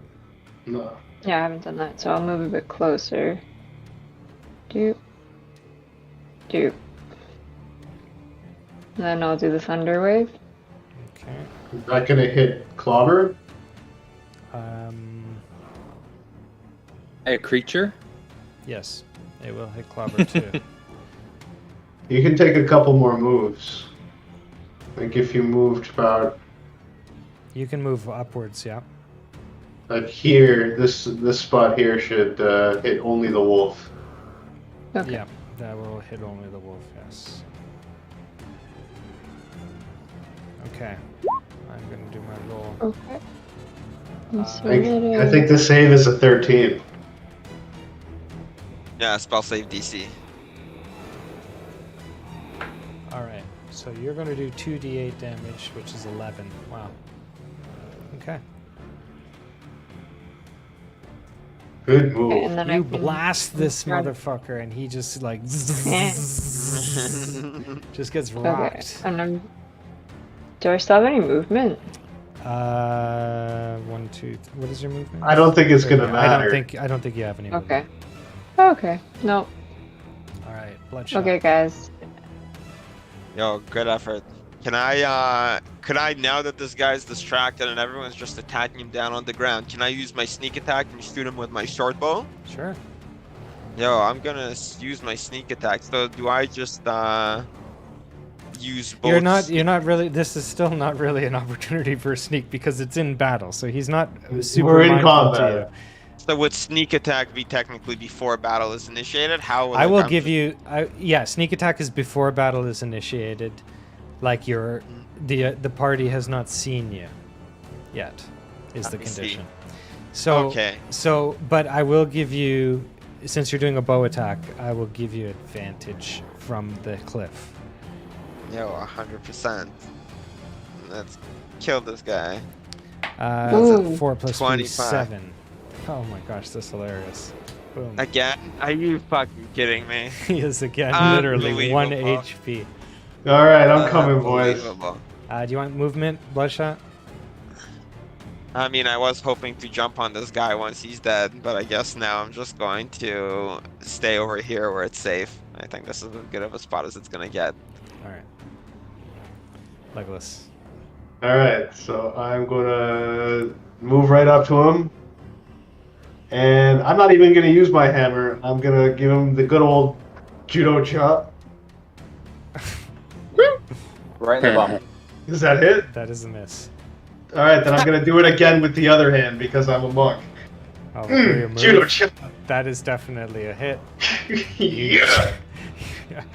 You literally have judo chopped the direwolf into I existence. told you guys not to go in the damn cave. I gotta be cleaning up Yeah. all your messes, judo chopping and shit.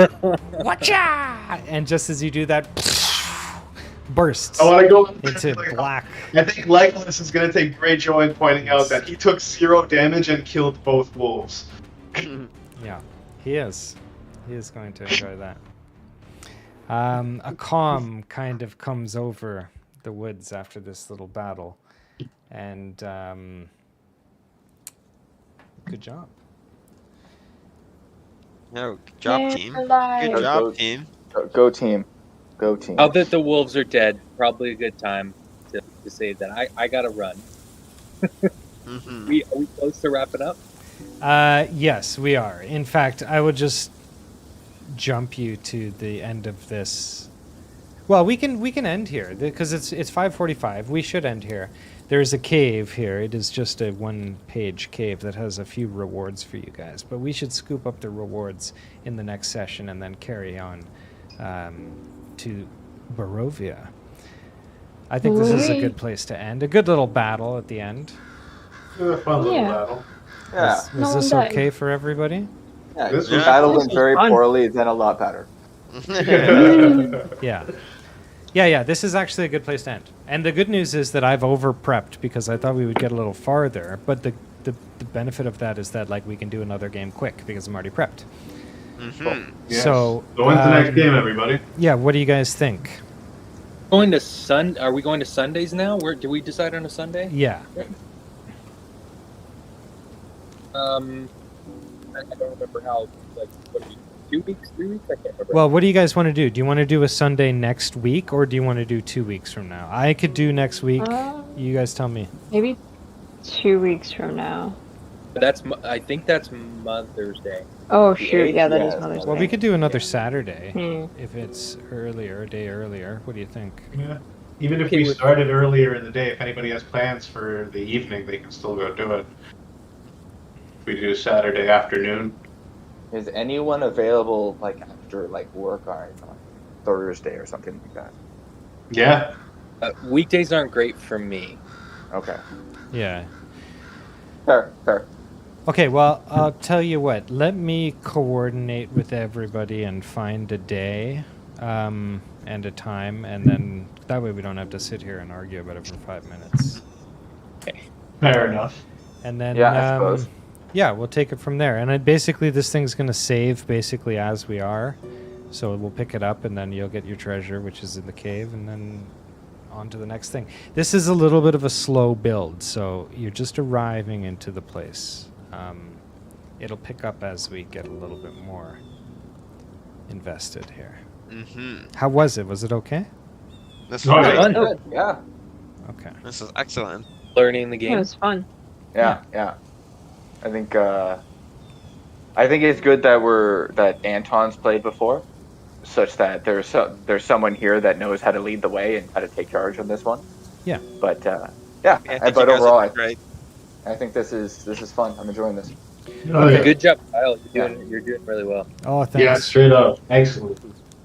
Okay, cool, guys. Well, thanks for coming. We'll see you next whenever the hell it is. I'll send you guys texts and all that shit. We'll figure it out. Yeah. We'll figure it out.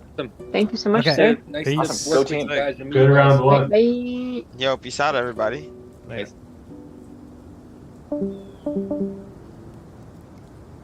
Do I just close this or yeah, I'll just close this. Yeah, you just close the browser and then you just figure out what the hell you want to do with Discord. All right, everybody. Peace. All right, peace. All right, later.